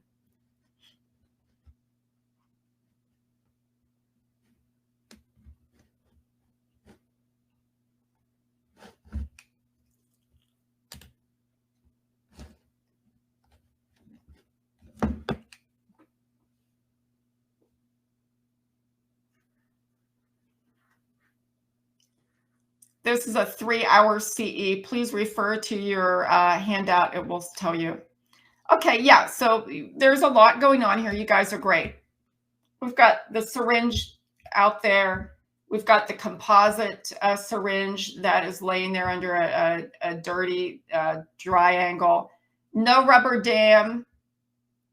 Right, where do you start here? The canal lengths are laying the piece of paper on the tray, etc. Now, when we look also at this, somebody's main attempt, they've had some basic training here, right? So the unit handle, our unit control is covered with a barrier wrap. The air water syringe is covered with a barrier wrap, but you've got these dirty, disgusting hoses dragging on the floor. And anytime you see dirt in your practice, that is a substrate for contamination, especially antimicrobial resistance. You're just giving the bacteria, the pathogens, viruses, a playground. This should be clean, and there should be barrier wraps on these hoses, or trim them. Now, in some practices, that's not possible. You won't reach the patient, right? So poor design. So there's a lot going on here. Yeah, and these kind of trays, this is where people get injured, right? All right, instrument processing areas should be divided spatially with contaminated separate from sterilized. Receiving, cleaning, decontamination, again, minimize handling of loose contaminated instruments. We've had a few questions here, and I will be addressing them in just a moment. We use automated cleaning equipment before we put them in the autoclave. Wear puncture and chemical resistant heavy duty utility gloves, wear appropriate PPE. If you do need to manually scrub an instrument, use a long handled brush and protective gloves, meaning nitrile utility puncture resistant gloves. Preparation and packaging. Some of you may be using the cassette system. Some may be using the packets. Whatever it is, you need an indicator that can be seen from the outside to know if they've been processed. Is the tape a clue that the instruments are sterile? No. The tape just tells you it went through your autoclave. If your autoclave is not operating correctly, then it may or may not change the tape, but it doesn't mean or guarantee that your instruments are sterile. The only way you know your instruments are sterile is if you're testing your autoclave routinely to be sure that the autoclave is doing the job. Okay, unwrapped instruments. We do not sterilize implantable devices unwrapped. We don't store critical instruments unwrapped. Storage area for sterilized items. Again, make sure your wrap packages are intact before you open them. Some states require date-related labeling versus event-related shelf life. When you talk about date related, you'll have to find out what your state statute is. If you have to reprocess every 30 days, you're going to label that package with the date it was sterilized and which autoclave it was in. If it's event related, that means that in your state, that package or cassette is considered sterile unless something happens. You open it or the tape falls off, etc. Right? Then you have to start over with reprocessing. Sterilization monitoring, we said, should be at least weekly. If you're sterilizing a lot of instruments, it should be more often than that. It might even be daily. Use a biological indicator for every sterilizer load that contains an implantable device. And some of you may be using in-office monitoring. Others may be using the ones that you send out. Keep in mind, if you're putting your instruments right into service and your autoclave comes back and it did not pass, you could potentially be using instruments that are not sterile. All right, I recommend that you have someone that is in charge of the oversight of your infection control protocols in your practice. Put some templates in your software. Whoever that person is, when they perform daily, weekly, monthly maintenance, they check off on it. They understand what is required. So that if somebody came in like me to want to inspect your practice, one of the first things I do is I open the autoclave. I take a look. If there's mold growing in the vinyl tubing and it's stained and it's not in good condition, I'm going to look very closely at what else you're doing. The autoclave here on the left, this is like a Statum. It was sent off annually for refurbishing. So you can send your autoclave out, and you should at least annually to be recalibrated, have the gaskets changed if required, and clean. It's going to improve the longevity and the investment of your device and ensure that your instruments are sterile. All right, if you get a positive spore test, what do? You've got to re-challenge your unit 3 times. You have to change it out for a loaner and have it looked at by your manufacturer. And then when it comes back, you will challenge it with 3 empty chambers, 3 consecutive empty chambers, and record that outcome. Environmental infection control. This one's going to be easy, folks, because I'm going to recommend that you consider hypochlorous acid. Hypochlorous acid with wipes, hypochlorous acid in a sprayer, or both. So we're worried about clinical contact surfaces. This is where we touch the surfaces directly with our hand, or the patient comes into contact with that surface. And our housekeeping surfaces. This is everything else: flooring, walls, wall covering. So here's our clinical contact areas: the light handle, the chair, the patient armrest, the unit. These are clinical contact areas. Housekeeping surfaces everywhere else: countertops, flooring, walls. I would recommend, if you don't need things on your counter, remove them because of aerosol. Your PPE hanging on the wall should have covers. All right, so what do we do for environmental infection control? We're going to use an EPA registered hospital product. I recommend EPA List K. How do you check it? Check the label of your current disinfectant. If it's not on EPA List K, it is not going to kill all the things that EPA List K is supposed to kill, including C. difficile spores, MRSA, HIV, Mycobacterium, tuberculosis, etc., etc. And do not confuse sporicidal claim with a tuberculocidal claim. Those are different, right? So you want to consider EPA List K. Right now, you're all probably using EPA List N, or the majority of you, right? You use PPE as required. Clinical contact surfaces, again, I'm going to make the recommendation EPA registered hospital disinfectant on List K, hypochlorous acid. It has to be on that list. If you're making your own hypochlorous acid, it is not sporicidal. It is not on that list. That is food grade hypochlorous acid that grocery stores use. If you go into a grocery store, you hear the produce mister come on, that's hypochlorous acid, but it's a food grade. The body produces hypochlorous acid. It is not toxic to you. Many of you may have used it early on in the pandemic in foggers, right? Many of you may be making it on countertops, which I don't advise because it is not sporicidal. Okay, here's another photo by another patient. The place is nasty, dirty, equipment is outdated and old. Now, notice that this patient was left alone in the room like the other patient. We're assuming this is a patient. If you have to step outside, cover up the tray at least. Otherwise, you may end up with missing instruments too.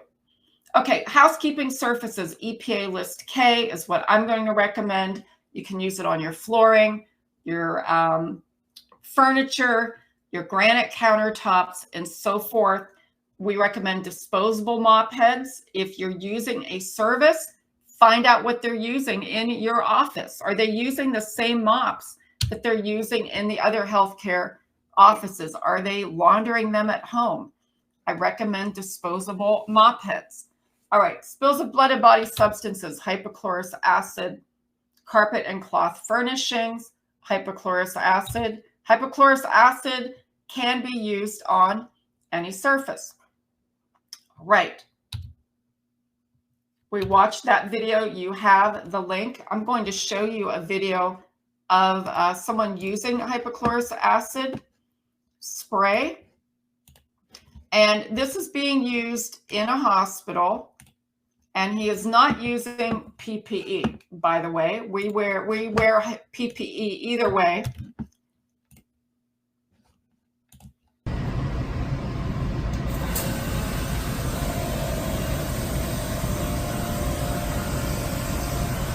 Sprayer charges the molecules as they exit the nozzle so that you can create a wraparound effect. Now, you can use hypochlorous acid in a spray bottle, but it will not create that wraparound effect.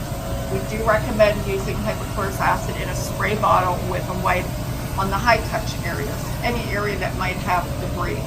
You can go through and you can turn over your operatory in less than 3 minutes. The solution should be a fine mist. So he's holding it about a foot, foot and a half, 2 feet away from the object. And he's using it on surfaces, including electronics, blood pressure cuff, window coverings. During the lunch hour, you can take it out, treat your reception area. At this concentration, you may have a fine residue on your countertops. Take a damp cloth with hypochlorous acid and wipe it off. It should come into contact for about 4 minutes, right? Again, the body produces hypochlorous acid. There are mouth rinses that are made with hypochlorous acid. Veterinarians use hypochlorous acid in wound management, so do medical providers. Let's see your questions here.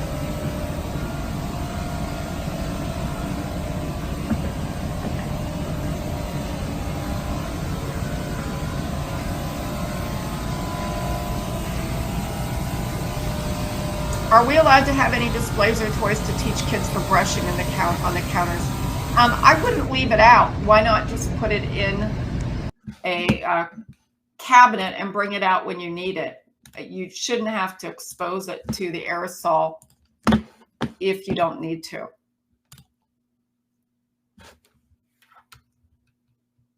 All right, so that's hypochlorous acid. That's the sprayer. I teach a course on hypochlorous acid. Note, you can get, I think it was a Ryabody sprayer for a lot less, and it does the same job. This is a liter, so we recommend a company called EarthSafe or EvaClean. I have no financial affiliation with them. They're NADCC tablets. So you can drop 4 tablets in 1 liter. It's going to give you a concentration of 4,306 parts per million. You'll need a 4-minute contact time. It's a near neutral pH. If you're making your own, it is not near neutral. It's going to be on the acidic side and it won't be sporicidal.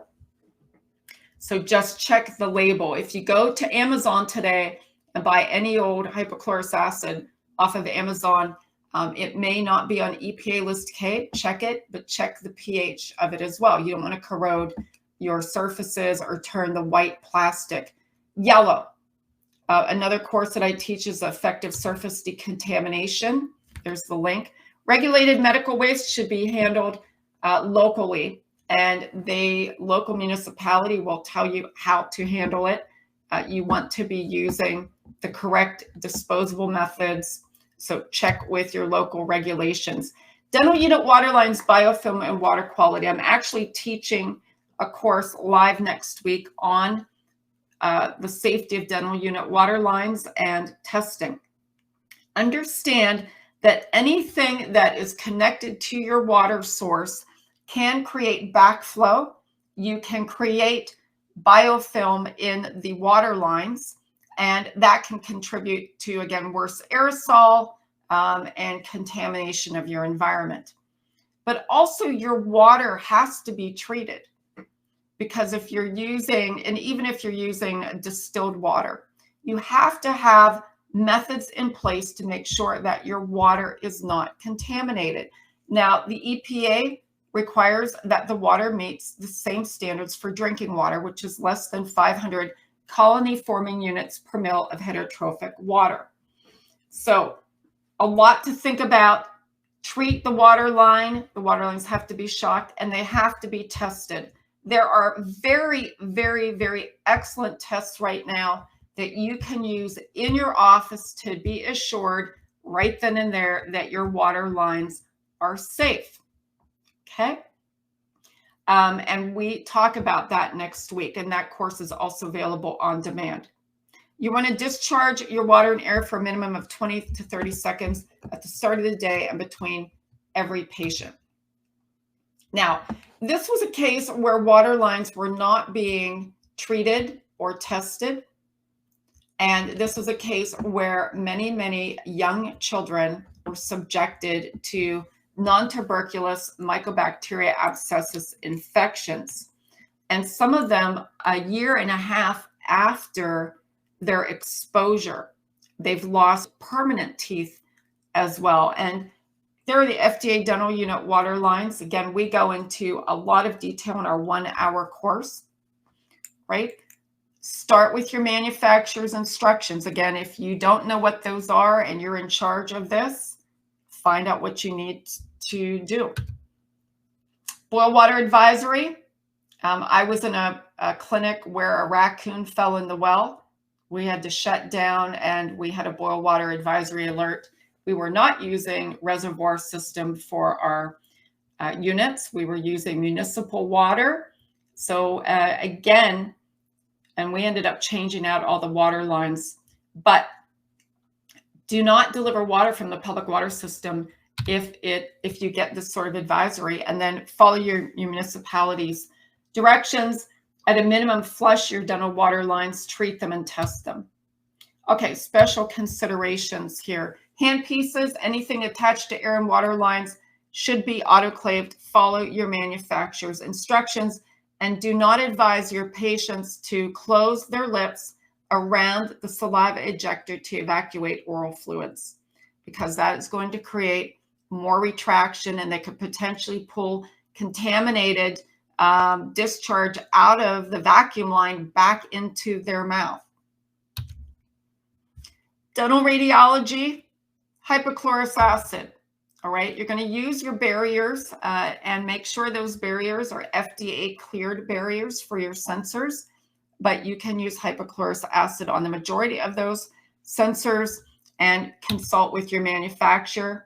I'm not going to go into detail on parental medications, but this is the information from the CDC for you. Single use, we use once, we dispose of properly. Pre-procedural rinses.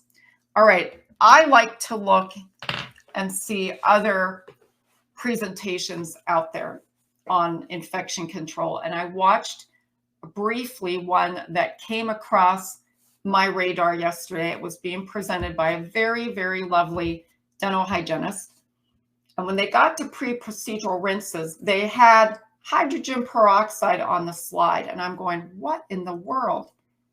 Hydrogen peroxide, I can't think of a worse pre-procedural rinse to have in a presentation like this. So at the very early on pandemic days, the American Dental Association made the recommendation that we should consider using a pre-procedural rinse.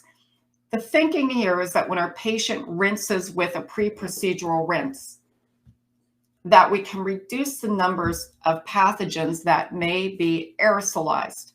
So, of course, SARS-CoV-2 was a concern, but we've been using pre-procedural rinses in many practices prior and after, when we are after the pandemic.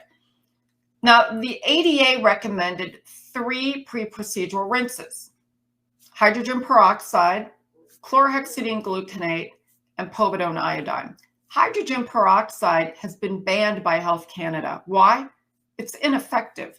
You'd have to rinse with it for a few minutes to have any sort of efficacy. And chlorhexidine gluconate is a poor antiviral. Povidone iodine, we have better solution. Povidone iodine stains, of course, pre-procedural rinse is less of an issue, but we do have a course on molecular iodine on our website. And it is presented by Dr. Herb Moskowitz, called Oral Rinses, What's Safe, What's Effective. Full disclosure, he's the chairman of IoTech International Molecular Iodine. It is second to sodium hypochlorite rinse in terms of its efficacy for a pre-procedural rinse. All right, and it has other benefits. And they have multiple products, which I'm not going to promote those right now. But look for that course. We have it in the handout as well. And you'll learn why hydrogen peroxide should just not even be used.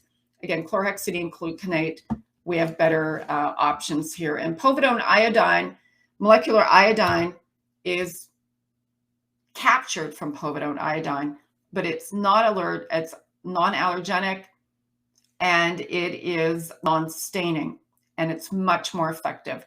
Dr. Moskowitz will break down every antimicrobial, antiseptic rinse known to man for you. Oral surgical procedures, use sterile gloves, use surgical hand antisepsis. Any irrigant or coolant that you use should be sterile from a sterile device. Biopsy specimens, use a leak-proof container with a biohazard symbol. Handling of extracted teeth, autoclave the teeth, except if they have amalgam in them, etc. Dental laboratory, I can't think of a better place to use hypochlorous acid. You can use it on your impressions. You can use it on all surfaces, EPA List K. Laser surgery, electrosurgery, plumes, surgical smoke, you should be using high filtration surgical masks, possibly full face shields, central room suction units, dedicated extraoral suction. Why? There are studies that indicate that gynecologists that have removed HPV lesions during some of these procedures have developed HPV lesions in the oropharyngeal area. A Mycobacterium tuberculosis, again, find out what is required or recommended by your public health department. Creutzfeldt-Jakob disease, other prion diseases, the CDC believes the transmission in a dental practice is very low to nil and considered an unresolved. And in closing here, program evaluation, it's always a good idea to evaluate what you're doing. Are there unintended consequences? Have you seen an increase in injury? What would that be related to? Do you have new employees? Have you started using new equipment? So evaluate what you're doing to find out if it's working. There's the list K for the EPA's antimicrobial products effective against C. difficile spores. The label should match what you see here. If it's not going to kill the spores. Here's additional free resources for you. This is the water safety course we'll be presenting next week, oral rinses, many courses that we present here. UVC technology is actually Tuesday. Next Saturday, we're presenting infection control again. November is C. difficile Awareness Month. That is me in the lower left-hand corner at my 4th hospital admission. We support C. diff awareness every month here. And for our free toolkit, you can go to cdifftoolkit.org. I launched this myself with some sponsors. We'll be updating it periodically, and you can go ahead and access it. We don't collect your information or anything like that. You can access it right now. This is the course by Dr. Tom Palmier, Antibiotics in Dentistry, Prophylaxis, Stewardship, Appropriate Clinical Use. He's the past president of the Ohio Dental Association and the co-author of the American Dental Association Clinical Practice Guidelines for appropriate antibiotic use and joint replacement and odontogenic infections. If you are a dental assistant and you're taking the quiz, if you don't have a certification number, just put your last name in for the license number.